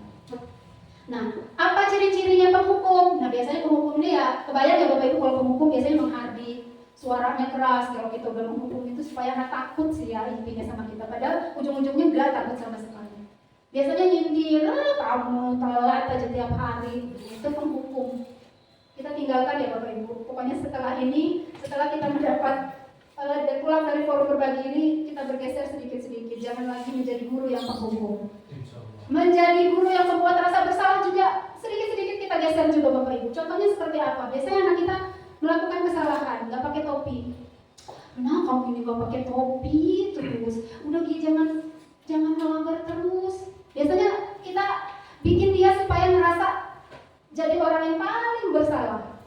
Ibunya kecewa banget sama kamu. Udah sering benar ibu bilangin. Biasanya seperti itu nada suara kita Bapak Ibu. Jadi akhirnya anak ini mikir, oh ibu, saya kayaknya bikin orang kecewa ya gitu. Nah, ini akan membuat anak-anak kita juga tidak nyaman dengan itu. Kita akan tinggalkan juga ya Bapak Ibu seperti ini. Ada juga posisi kontrol kita sebagai teman. Ini banyak yang tidak kita sadari, termasuk saya Bapak Ibu. Membuatkan alasan-alasan untuk muridnya. Contoh, terlambat anak murid. Terus kita bilang, nah jangan terlambat dong, nanti ibu yang kena marah sama kepala sekolah. Pernah nggak Bapak Ibu? Saya sering kayak gitu. Atau, ayo Ge, bikin tugas kayak mana sih? Udah capek banget jelasin tadi, masa kamu nggak bisa-bisa? Itu posisi kita sebagai guru itu geser juga Bapak Ibu. Bahkan kita mulai tinggalkan seperti ini. 1, 2, 3 tidak masuk dalam konsep lagi ya Bapak Ibu. Yang oh gitu. Kalau pas cair oke-oke aja ya Pak. Pas ini ada posisi kalau keempat yaitu pemantau.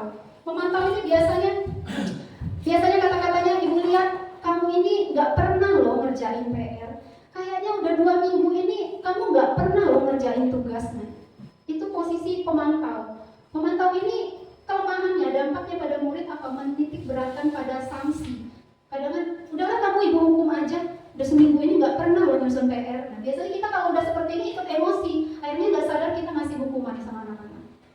Nah ini posisi kontrol yang diinginkan sesuai dengan filosofi Ki Hajar Dewantara, yaitu posisi kontrol manager.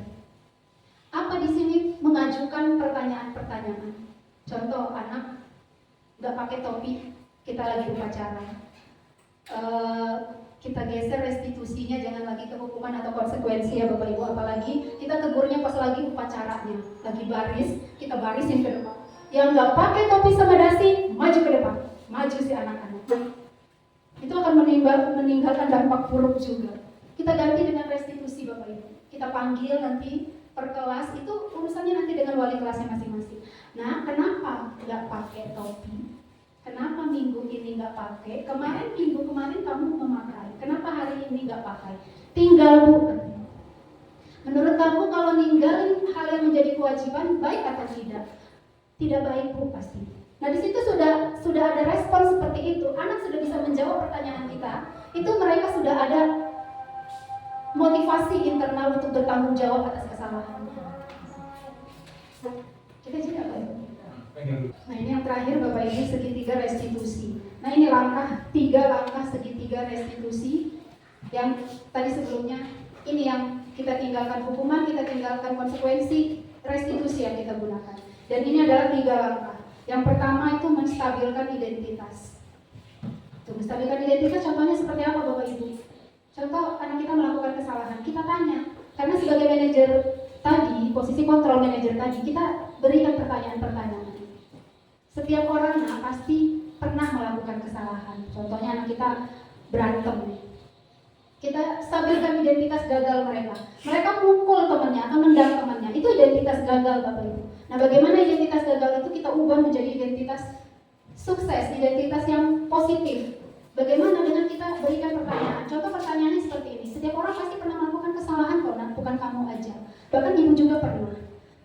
Nah kita lanjut pertanyaannya. Kamu bukan satu-satunya yang pernah melakukan ini. Lalu dari identitas ini dia akan berpikir, oh berarti dia bukan berpikir untuk wajar dong, guru aja pernah, tapi dia akan berpikir, oh guru saya nggak marah loh. Nah itu dulu, mereka akan nyaman cerita sama kita. Kita lanjutkan dengan validasi kebutuhan mereka.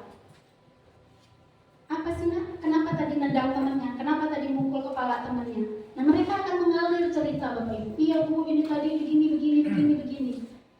Dengan mereka merespon baik pertanyaan kita, sebenarnya kita sedang memberikan mereka kemandirian, latihan untuk mandiri dan bertanggung jawab atas apa yang mereka perbuat. Nah kita nggak berpikir untuk menghukum lagi, tapi kita pengen tahu alasannya kenapa. Nah bisa kita lanjutkan dengan pertanyaan berikutnya. Selain mukul, kira-kira temannya apa hal baik selain mukul? Coba kan tadi temannya ngerobek buku kamu, terus palanya langsung kamu pukul. Kira-kira selain mukul, ada nggak menurut kamu hal yang lain yang bisa dilakukan teman kamu? Mungkin dia mikir, ganti Bu buku saya Bu. Nah itu solusi Bapak Ibu. Dengan dia menyebutkan seperti itu, berarti kebutuhan dasar yang hilang tadi terpenuhi lagi. Tinggal kita tanya dengan lawan yang tadi berantem. Nah teman kamu bukunya kan kamu sobek, terus teman kamu minta dan bukunya diganti. Kamu sepakat nggak? Kamu setuju nggak bukunya diganti? Kalau dia jawab, ya Bu nanti saya ganti. Itu kita sudah lakukan ini Bapak Ibu tanpa memberi hukuman atau konsekuensi. Nah setelah kita validasi kebutuhan yang tadi hilang sudah kita penuhi, kita tanyakan keyakinan. Nah ini kaitannya ke sini Bapak Ibu, ke keyakinan kelas.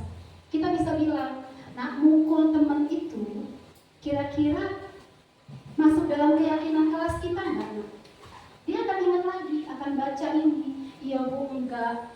keyakinan kelas mana yang kamu lakukan? Nanti dia akan menghargai, saya nggak komitmen Bu. Nah, dengan seperti itu kita sudah mengajarkan mereka untuk bertanggung jawab tadi Bapak Ibu. Dan disiplin positifnya muncul di sini. Jadi disiplin positif itu bukan lagi hanya sekedar rutinitas kepatuhan Bapak Ibu atau tata tertib yang harus dilakukan atau melaksanakan semua peraturan dengan baik, tidak, tapi bagaimana mereka menyadari bertanggung jawab dengan keyakinan dan peraturan-peraturan yang sudah disepakati. Dan kita bisa tanya, kira-kira kamu mau jadi apa sih Nak kalau ngumpul kayak tadi? Saya nggak mau ulanginnya lagi, pasti nanti mereka akan jawab seperti itu. Mengapa mereka bisa merespon dengan baik Bapak Ibu? Karena mereka nyaman dengan kita, nyaman dengan pertanyaan kita. Kita tidak menghardik, kita tidak langsung yang marah-marah, kita juga tidak emosi. Padahal mungkin anak itu datang ke kita dengan perasaan ini kok tadi pasti seperti itu kan Bapak Ibu. Kita juga kalau kita gunakan segitiga restitusi, kita tidak akan terbawa untuk itu. Hanya 3 ini saja Bapak Ibu, menstabilkan, validasi kebutuhan dan menanyakan keyakinannya saja. Dan mudah-mudahan setelah ini nanti Bapak Ibu kita bergeser untuk meningkatkan kebiasaan-kebiasaan baik yang sudah ada di sekolahan kita menjadi budaya positif yang akan berkembang. Dan ini wajib Bapak Ibu ya, PR kita ini. Nanti setiap kelas harus bikin seperti ini. Ini harus. Kalau nggak bikin Bu Meli, bukan sertifikasinya tidak cair, tetap cair Bapak Ibu. Atau gaji P3K ya cair aja. Gaji PKS ya ini saja tetap cair. Tidak ada relevansi dengan gaji kita sebagai guru. Tapi ini salah satu bentuk tanggung jawab kita kepada siswa dan kita sebagai pendidik. Nah, ini cara kita untuk mengajarkan hal sederhana seperti ini, cuma coret-coretan, tapi mudah-mudahan Bapak Ibu ini menjadi langkah awal untuk kita melakukan pembelajaran dan bisa membuat budaya positif, menjadikan lingkungan kelas kita minimal itu menjadi lingkungan positif, lingkungan belajar yang positif untuk anak-anak. Mungkin itu saja. Jika nanti ada pertanyaan, silakan kepada moderator. Terima kasih atas perhatiannya. Wassalamualaikum warahmatullahi wabarakatuh. Waalaikumsalam.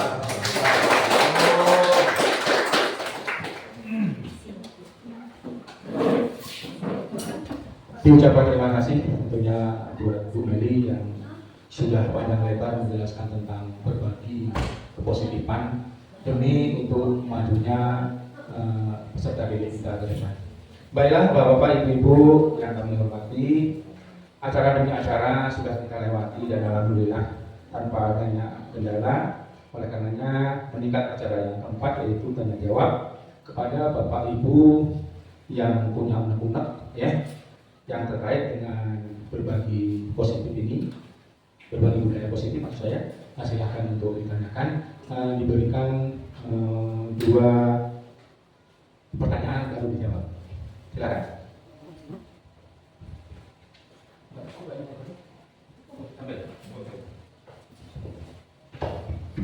Assalamualaikum warahmatullahi wabarakatuh. Maaf, mungkin kalau jadi murid suka tanya terus. Jadi pertanyaannya ini, dari tadi kan materi yang pertama ada bahasa merdeka menurut Ki Hajar Dewantara KHD. Terus tadi ada materi juga tentang profil pelajar Pancasila. Itu ada 6 dimensi ya tadi ya. Di situ ada beriman, bertakwa, mandiri, bernalar, berpendidikan global, terus bergotong royong, kreatif. Oke, kalau beriman, bermandiri, bernalar, atau gotong royong, kreatif. Yang saya tanyakan sini, berkebenekaan global. Kita tahu setiap berhubung sama global itu ada dampak positif dan negatif. Kan yang berhubung sama global, pelajaran PS juga, di pelajaran PPKN juga ada situ. Yang berhubung sama global ada dampak positif dan negatifnya. Sementara untuk kurikulum merdeka ini, karena berhubung sama tadi ada berkebenekaan, kita tahu bahwa bineka itu seperti apa kan. Nah, terus di sini ada kata bahasanya dirangkaikan dalam satu bahasa, satu kata, berkebenekaan global. Nah, yang saya tanyakan sih nanti ini, hubungan kurikulum, hubungan merdeka menurut Ki Hajar Dewantara dengan berkebenekaan global. Itu aja pertanyaannya. Terima kasih. Assalamualaikum warahmatullahi wabarakatuh. Waalaikumsalam warahmatullahi wabarakatuh. Satu lagi Ibu-ibu, Bapak-bapak ya. Karena 2 sesi baru akan dijawab. Silakan. Ada lagi? Pak Mai? Ibu Eva, kalau ada, silakan. Atau Bu Wasit, ya siapa aja. Nah, silakan. Gak usah malu-malu. Assalamualaikum warahmatullahi wabarakatuh. Waalaikumsalam warahmatullahi wabarakatuh. Langsung saja Pak, Bu, Ibu Meli ini. Tadi ada materi tentang hukuman dan konsekuensi. Ini kan kita tadi agak salah, agak susah ya membedakan antara hukuman dan konsekuensi ini. Jadi bagaimana kita memberikan tidak memberikan hukuman, tapi memberikan konsekuensi pada siswa kita. Itu saja. Terima kasih. Wassalamualaikum warahmatullahi wabarakatuh. Waalaikumsalam warahmatullahi wabarakatuh. Sesuai dengan kesepakatan, Bu. Izin mendapat ya Pak. Nah, baik, pertanyaan pertama dari Pak Fahrul, terima kasih untuk Pak Fahrul dan Ibu Arsy. Tanggapi untuk yang Pak Fahrul mengenai 6 dimensi profil pelajar Pancasila yang apa kaitannya dengan merdeka yang menurut KHD tadi ya Bapak Ibu ya. Bahwa merdeka menurut KHD tadi lepas dari perintah Bapak Ibu. Artinya cakap untuk memerintah dirinya sendiri. Jadi bukan karena suruhan atau bukan karena diperintah gurunya. Guru itu menurut Ki Hajar Dewantara, tujuan pendidik ini hanya menuntun Bapak Ibu. Jadi tugas kita itu bukan mengontrol siswa, tapi tugas kita hanya menuntun mereka bagaimana menemukan anak ini kan terlahir dengan kodratnya atau potensinya masing-masing. Nah, tugas kita ini sesuai dengan semboyan Ki Hajar Dewantara juga, yang Ingarso Sungtulodo. Jadi kita ini hanya menuntun saja bagaimana mereka menemukan dan menggali potensi yang ada dalam diri mereka. Dan dalam menuntun ini otomatis mereka butuh teladan Bapak Ibu, dan itu tugas kita, peran kita sebagai guru.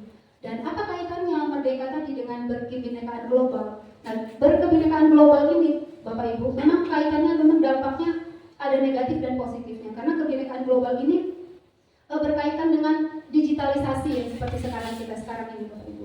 Jadi bagaimana kita sebagai guru mengarahkan mereka, contoh kecilnya saja seperti lato-lato. Lato-lato itu produk dari kebinekaan global. Meskipun dulu kita pernah melakukan itu kalau itu zamannya juga ya Bapak ya.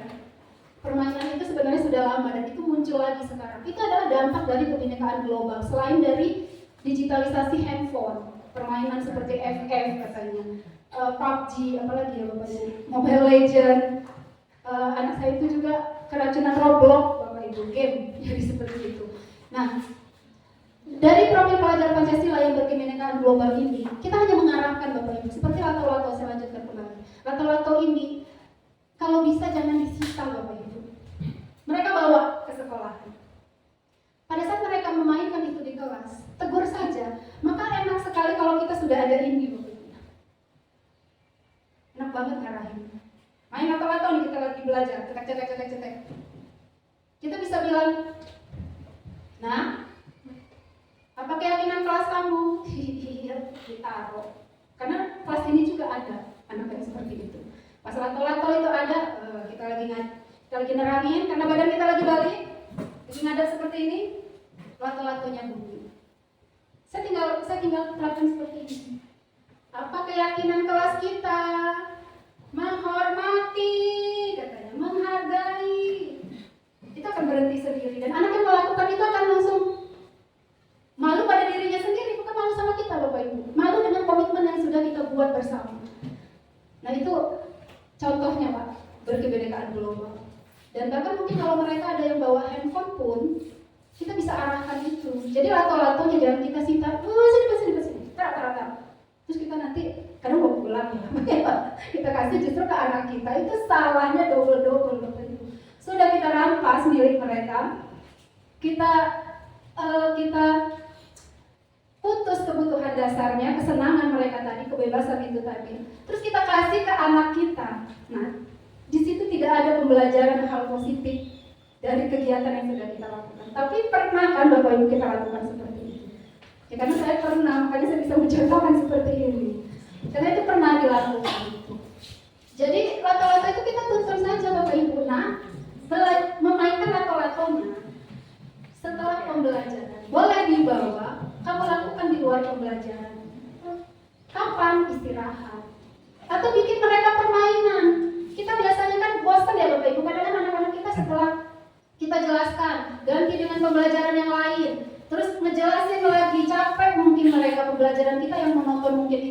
aja. Kalau nggak ngejelasin ya kita nyatet.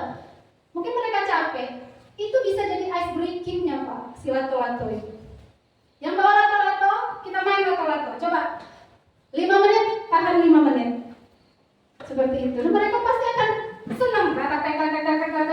Hiburan juga Pak untuk kita. Dan kita kalau pas penat di kelas juga ada jeda seperti itu. Kita akan mengembalikan refreshing kita juga sebagai guru. Yang tadinya kesel karena melihat anaknya, anak juga mungkin jenuh dengan metode pembelajaran kita. Dengan jeda waktu seperti itu, mungkin kalau kita tidak terlalu kreatif dengan ice breaking seperti yang ada di YouTube, atau kalau Bapak Ibu bisa gunakanlah karakter kebinekaan global itu pada diri kita sendiri. Kalau nggak mau main lato-lato, kita guru Bapak Ibu kulik di YouTube, diklik cari ice breaking. Di situ nanti akan muncul banyak permainan-permainan jeda untuk kita refreshing. Biasanya kalau kita seminar atau webinar ya Bapak Ibu, biasanya kan pemateri ngasih gitu, yang joget-joget itu Bapak Ibu, atau mungkin permainan-permainan apa. Nah, itu bisa kita lakukan. Nah, kita ice breaking dulu, atau kita bikin game permainan apa, 5 menit saja. Dan itu akan mengembalikan bagaimana proses pembelajaran kita sama seperti pada saat mereka baru ketemu kita pas pagi-pagi. Pagi-pagi kan biasa mereka fresh ya, bahkan kita suruh nyatet sampai 2 lembar aja mereka oke aja karena masih pagi. Tapi kalau udah siang, nggak akan. Bahkan mungkin setengah jam saja kita menjelaskan, mereka udah ada yang megang pulpen, ada yang sudah megang sorokan, itu udah fokusnya sudah hilang Bapak Ibu. Dan itu jangan kita, jangan ini dengerin ibu, jangan seperti itu lagi. Jangan lagi kita memberikan respon seperti itu.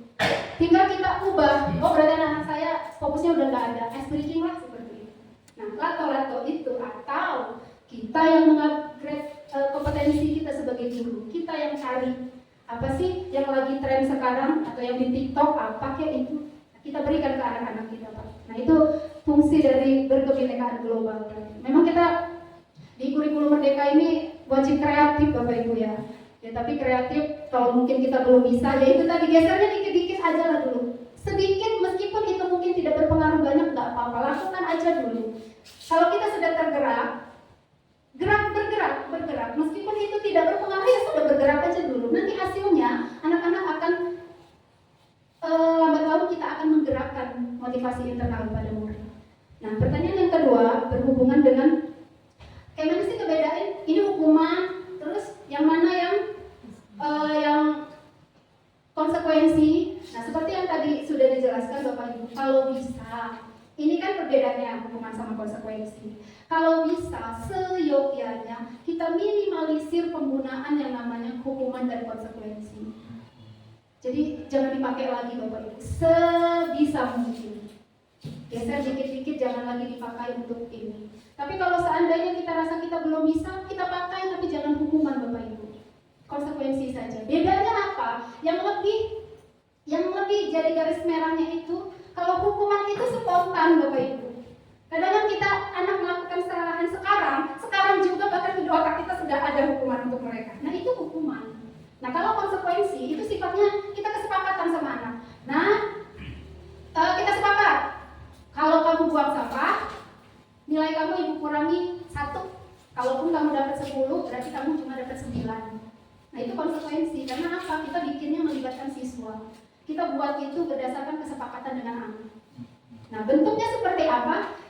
Semua tindakan yang kita sepakati dengan siswa itu konsekuensi. Dan benang merahnya lagi adalah konsekuensi ini relevan Bapak Ibu dengan pelanggarannya.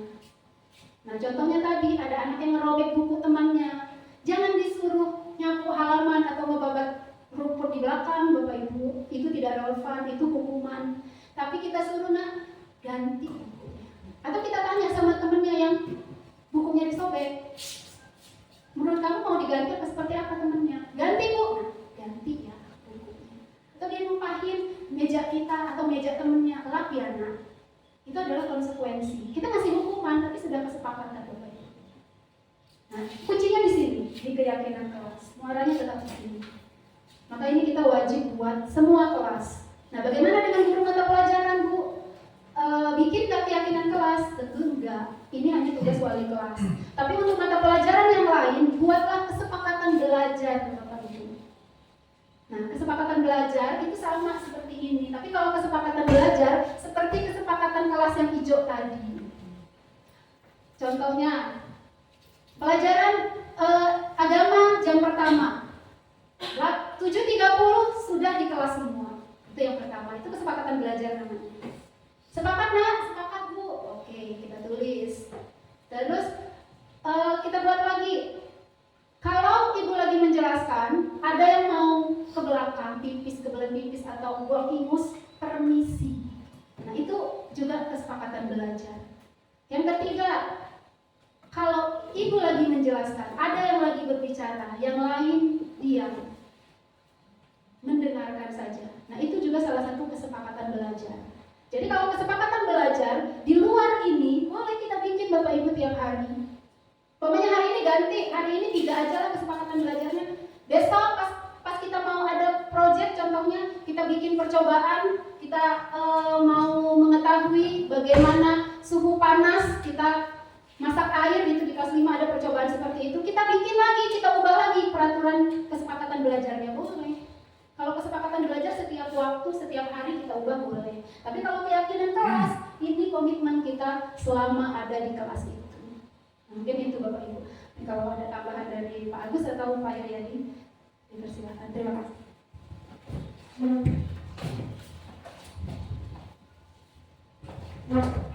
Sedikit aja ya.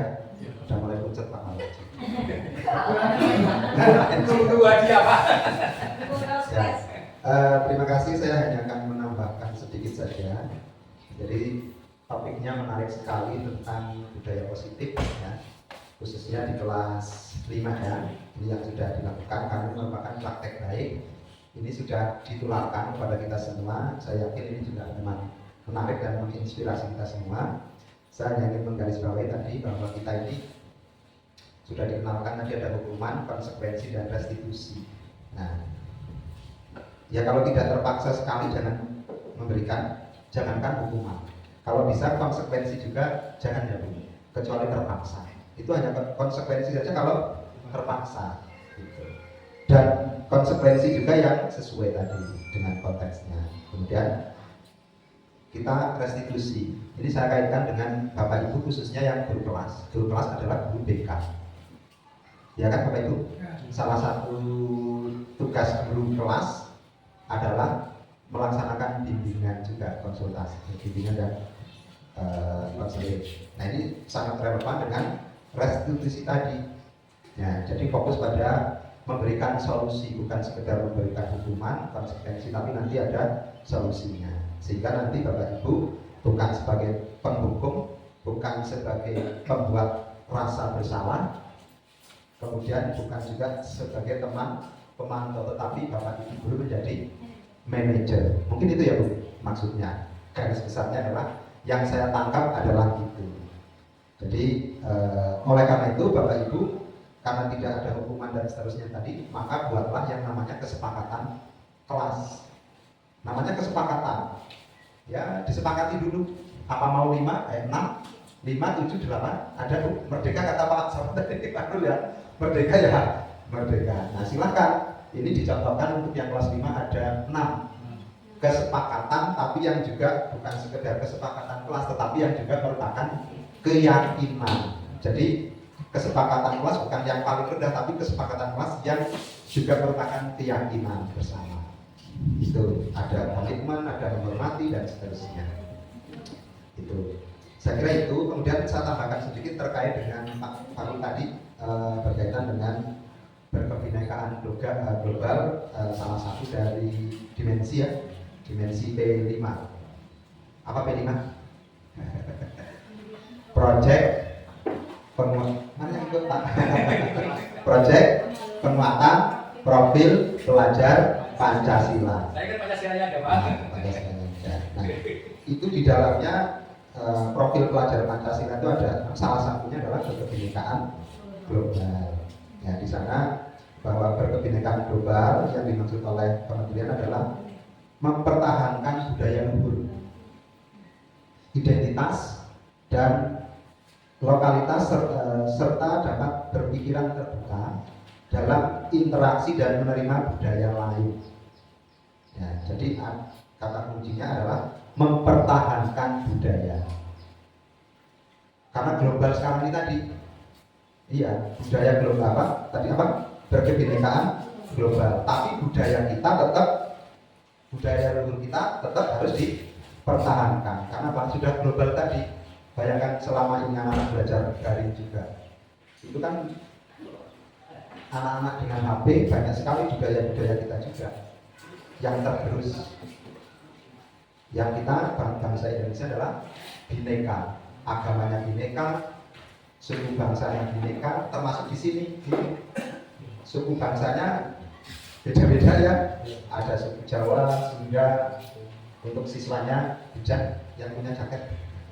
Nah, dan seterusnya. Nah, ini kita juga harus, salah satunya juga harus mempertahankan budaya luhur, budaya yang luhur. Kalau yang tidak luhur ya nggak usah, kalau bisa malah kita tinggalkan. Termasuk agama berkaitan dengan bineka keagamaan kita. Coba Bapak Ibu di media itu sekarang. Terakhir Cak Nun ya, dan seterusnya. Itu mencerminkan nggak itu kira-kira? Bahkan sampai mencaci maki, ujung-ujungnya bilang salah satunya. Jadi memang sudah mengglobal. Makanya kita juga hati-hati dengan globalisasi tadi. Karena yaitu dari manapun bisa masuk. Tolong dipertahankan budaya yang luhur. Karena sudah mengglobal. Global itu iya kecil, semua kejadian di sana kelihatan dari ini. Contohnya kita di Cakung, kita kan nggak tahu dia mengucapkan diri, tapi saat itu juga kita tahu ada kejadian apa dan seterusnya. Jadi kita itu tambahan saja. Jadi kita pertahankan budaya luhur kita. Lato-lato dari mana? Dari mana ya lato-lato? Tapi rupanya apa budaya ya? Budaya. Nah itu global itu. Nah kalau kita itu menurut kita baik, ya kita manfaatkan. Jangan dilarang barangkali. Caranya bagaimana tadi sudah dijelaskan. Yang baik bisa kita terima, yang tidak baik kita tinggalkan. Itu karena terkait dengan bineka, tapi karena sudah mengglobal tidak bisa ditolak. Iya kan? Tidak bisa ditolak. Termasuk game dan seterusnya. Nah, tapi itu diambil yang positif saja. Saya kira itu tambah. Terima kasih.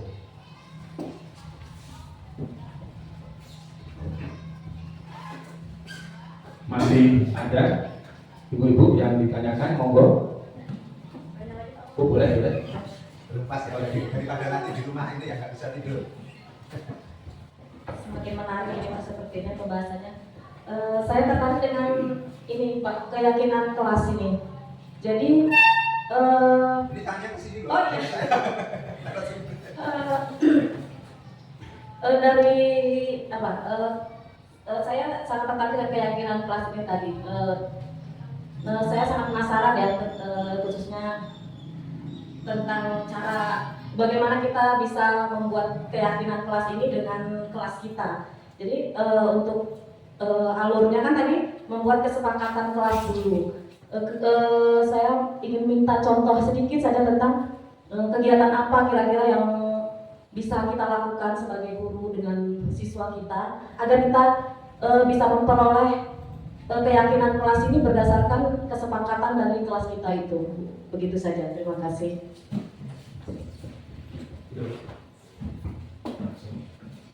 Kalau mungkin masih ada lagi, satu sesi lagi, ada? Gak ada? Kalau nggak ada cukup satu berarti.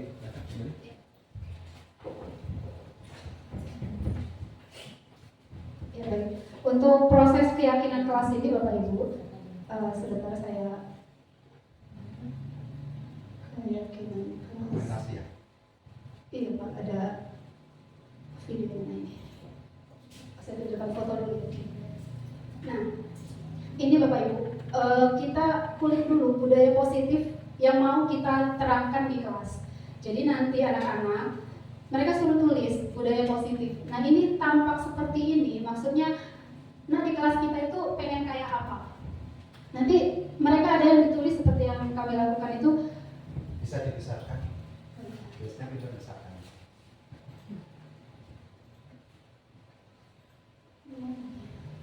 Lihat kamu.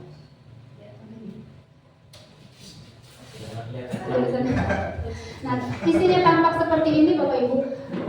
Budaya-budaya pembiasaan-pembiasaan positif yang mau kita bangun di kelas. Contohnya seperti kemarin anak-anak ada yang nulis kelasnya bersih setiap hari.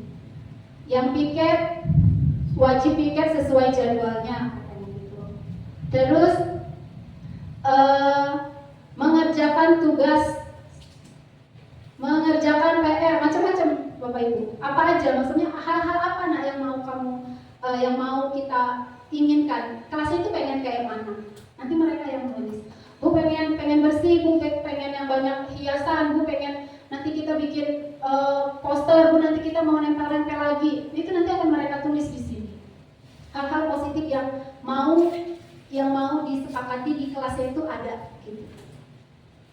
Nah terus yang di sini tidak tampak seperti ini hal-hal yang kebalikan dari yang positif ini tadi. Nah tadi kita udah nulis yang maunya yang baiknya seperti ini, yang tidak baiknya seperti apa nak? Kelasnya kotor, terus kelasnya ribut, ada yang nulis seperti itu Bapak Ibu. Terus di sini ada yang gurunya nggak marah lagi, ada Bapak Ibu salah satu di sini. Nah itu hargai saja, tidak usah kita koreksi. Karena tugas kita bukan koreksi itu, ini kan yang mereka mau. Dan kita sepakati saja, dan berarti jika anak yang meminta itu Bapak Ibu, insya Allah mereka akan ingat karena mereka yang mau. Karena kita hanya memunculkan motivasi internalnya saja. Tugas kita tidak mengoreksi itu benar dan salah, tidak. Itu yang mereka mau. Nah keyakinan itu yang akan mereka yakini akhirnya. Nah dari seperti ini, kita kembali lagi tadi ke nilai-nilai universalnya. Kelasnya bersih, pengen datang tepat waktu, katanya seperti itu. Nilai universal kebajikan apa yang mau kita raih? Yang mau kita mau disiplin Bu, berarti mereka komitmen. Disiplin ini lebih pada komitmen karena dia tanggung jawab. Kalau nggak mau komitmen, pengen kita tulis tanggung jawab, boleh Bapak Ibu. Tanggung jawab ini berarti kalau mereka tulis piket sesuai dengan jadwal itu tanggung jawab. Mengerjakan tugas itu juga tanggung jawab. Terus kalau meminjam di sini ada tulisannya kalau minjam pulpen izin, karena ada anak-anak yang ngambil sendiri nyerobot di rantong tas temennya, ngambil piket, ngambil pulpen. Jadi anak-anak di sini ada yang nulis kalau minjam pulpen izin. Dari situ nilai kebajikan yang kita munculkan adalah bisa menghargai dan menghormati. Dan ini juga dapatnya seperti ini yang kita sepakati juga. Kita pilih yang tanggung jawab, kita satukan di tanggung jawab. Yang menghormati kita pisahkan di yang menghormati. Akhirnya ketemu 6 poin ini. Dan keyakinan kelas nggak perlu banyak-banyak Bapak Ibu. Jangan sampai 10, nanti susah anak-anak menghafalnya. Jadi kalau seperti ini mungkin 6, insya Allah mereka akan ingat. Kalau kita ambil nilai universalnya saja, tidak ada kata-kata mungkin, kata-katanya kan sudah mereka tuangkan di kertas-kertas ini. Nah, jadi nggak perlu lagi kita munculkan. Kita munculkan adalah nilai kebajikannya saja. Jadi mereka akan lebih ingat itu. Pada saat nanti mungkin mereka melakukan kesalahan karena ada hal-hal kebutuhan dasar mereka yang tidak terpenuhi, kita akan mudah mengarahkannya. Nah, kita udah buat ini. Dan mereka pasti akan ketawa, nyinyir ujung-ujungnya. Tidak, bukan. Jadi kita juga lumayan mengurangi energi kita yang marah-marah atau yang itu lagi. Akhirnya kita sedikit bergeser, dikit. Jadi itu tadi Bapak Ibu saya tekankan bahwa prosesnya sedikit aja dulu. Mungkin kalau pindah tempat kita duduk, kita bisa pindah ke bangku, saya langsung ke kamar, nggak perlu seperti itu, geser aja di sebelah. Nah seperti itulah proses kita memperbaiki. Bagaimana kita melakukan restitusi. Meskipun terlihat ini belum juga Bapak Ibu anak-anak kelas 5 menerapkannya dengan baik, tapi buat saya tidak apa-apa. Kita guru hanya menuntun mereka, tugas kita hanya menuntun. Nah kita punya seperti ini, dengan tidak langsung kita memberikan mereka tanggung jawab dari apa yang kesepakatan yang sudah kita bangun bersama. Nah itu tadi restitusi itu kuncinya adalah kolaborasi.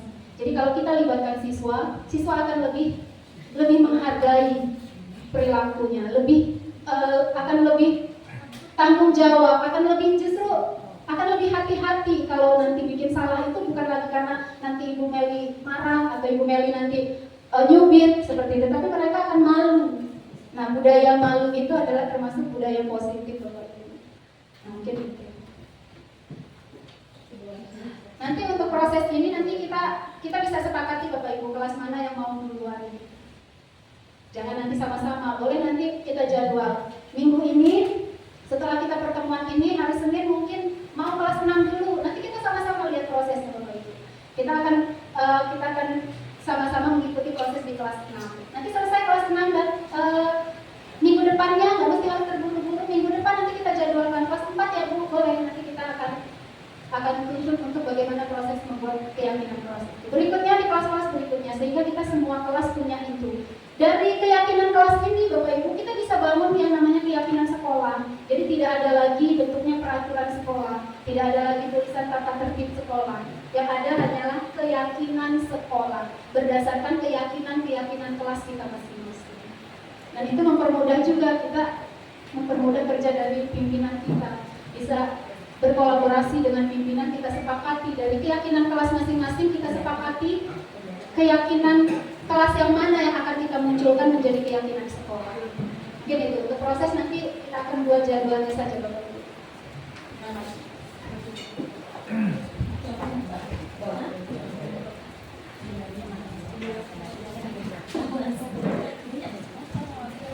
Itulah Ibu pertanyaan bagi pertanyaan yang cukup menarik dan juga dijawab oleh Bu Meli selaku daripada guru penggerak. Ya, mudah-mudahan apa yang disampaikan dari awal hingga sampai akhir akan kita share dan kita bisa melaksanakan sehari-hari dalam kegiatan pembelajaran anak didik kita. Amin ya rabbal alamin. Baiklah Bapak-bapak, Ibu-ibu yang kami hormati, kalau memang sudah tidak ada yang ditanyakan lagi, saya selaku moderator tentunya banyak kekurangan dan kekeliruan. Oleh karena itu sebelum saya tutup, saya mohon maaf yang sebesar-besarnya dan saya mohon ampun kepada Allah Subhanahu wa taala. Baiklah Ibu-ibu dan Bapak-bapak yang kita hormati, acara ini kita tutup dengan lafaz alhamdulillah. Dan saya ini bila ditutup oleh saya. Wassalamualaikum warahmatullahi wabarakatuh.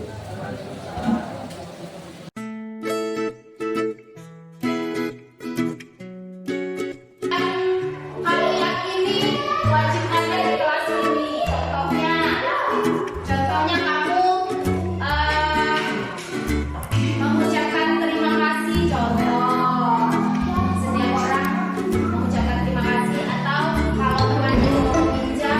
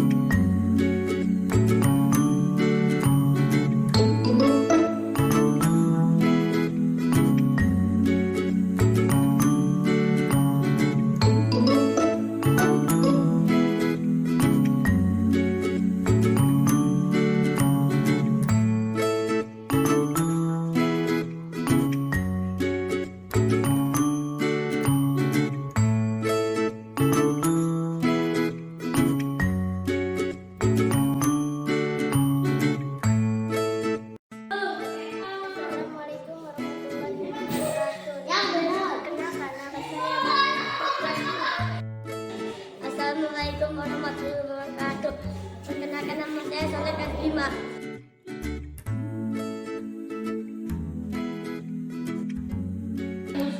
Saya sangat senang dengan adanya keyakinan keras untuk kita lebih disiplin dan menghargai sesama manusia.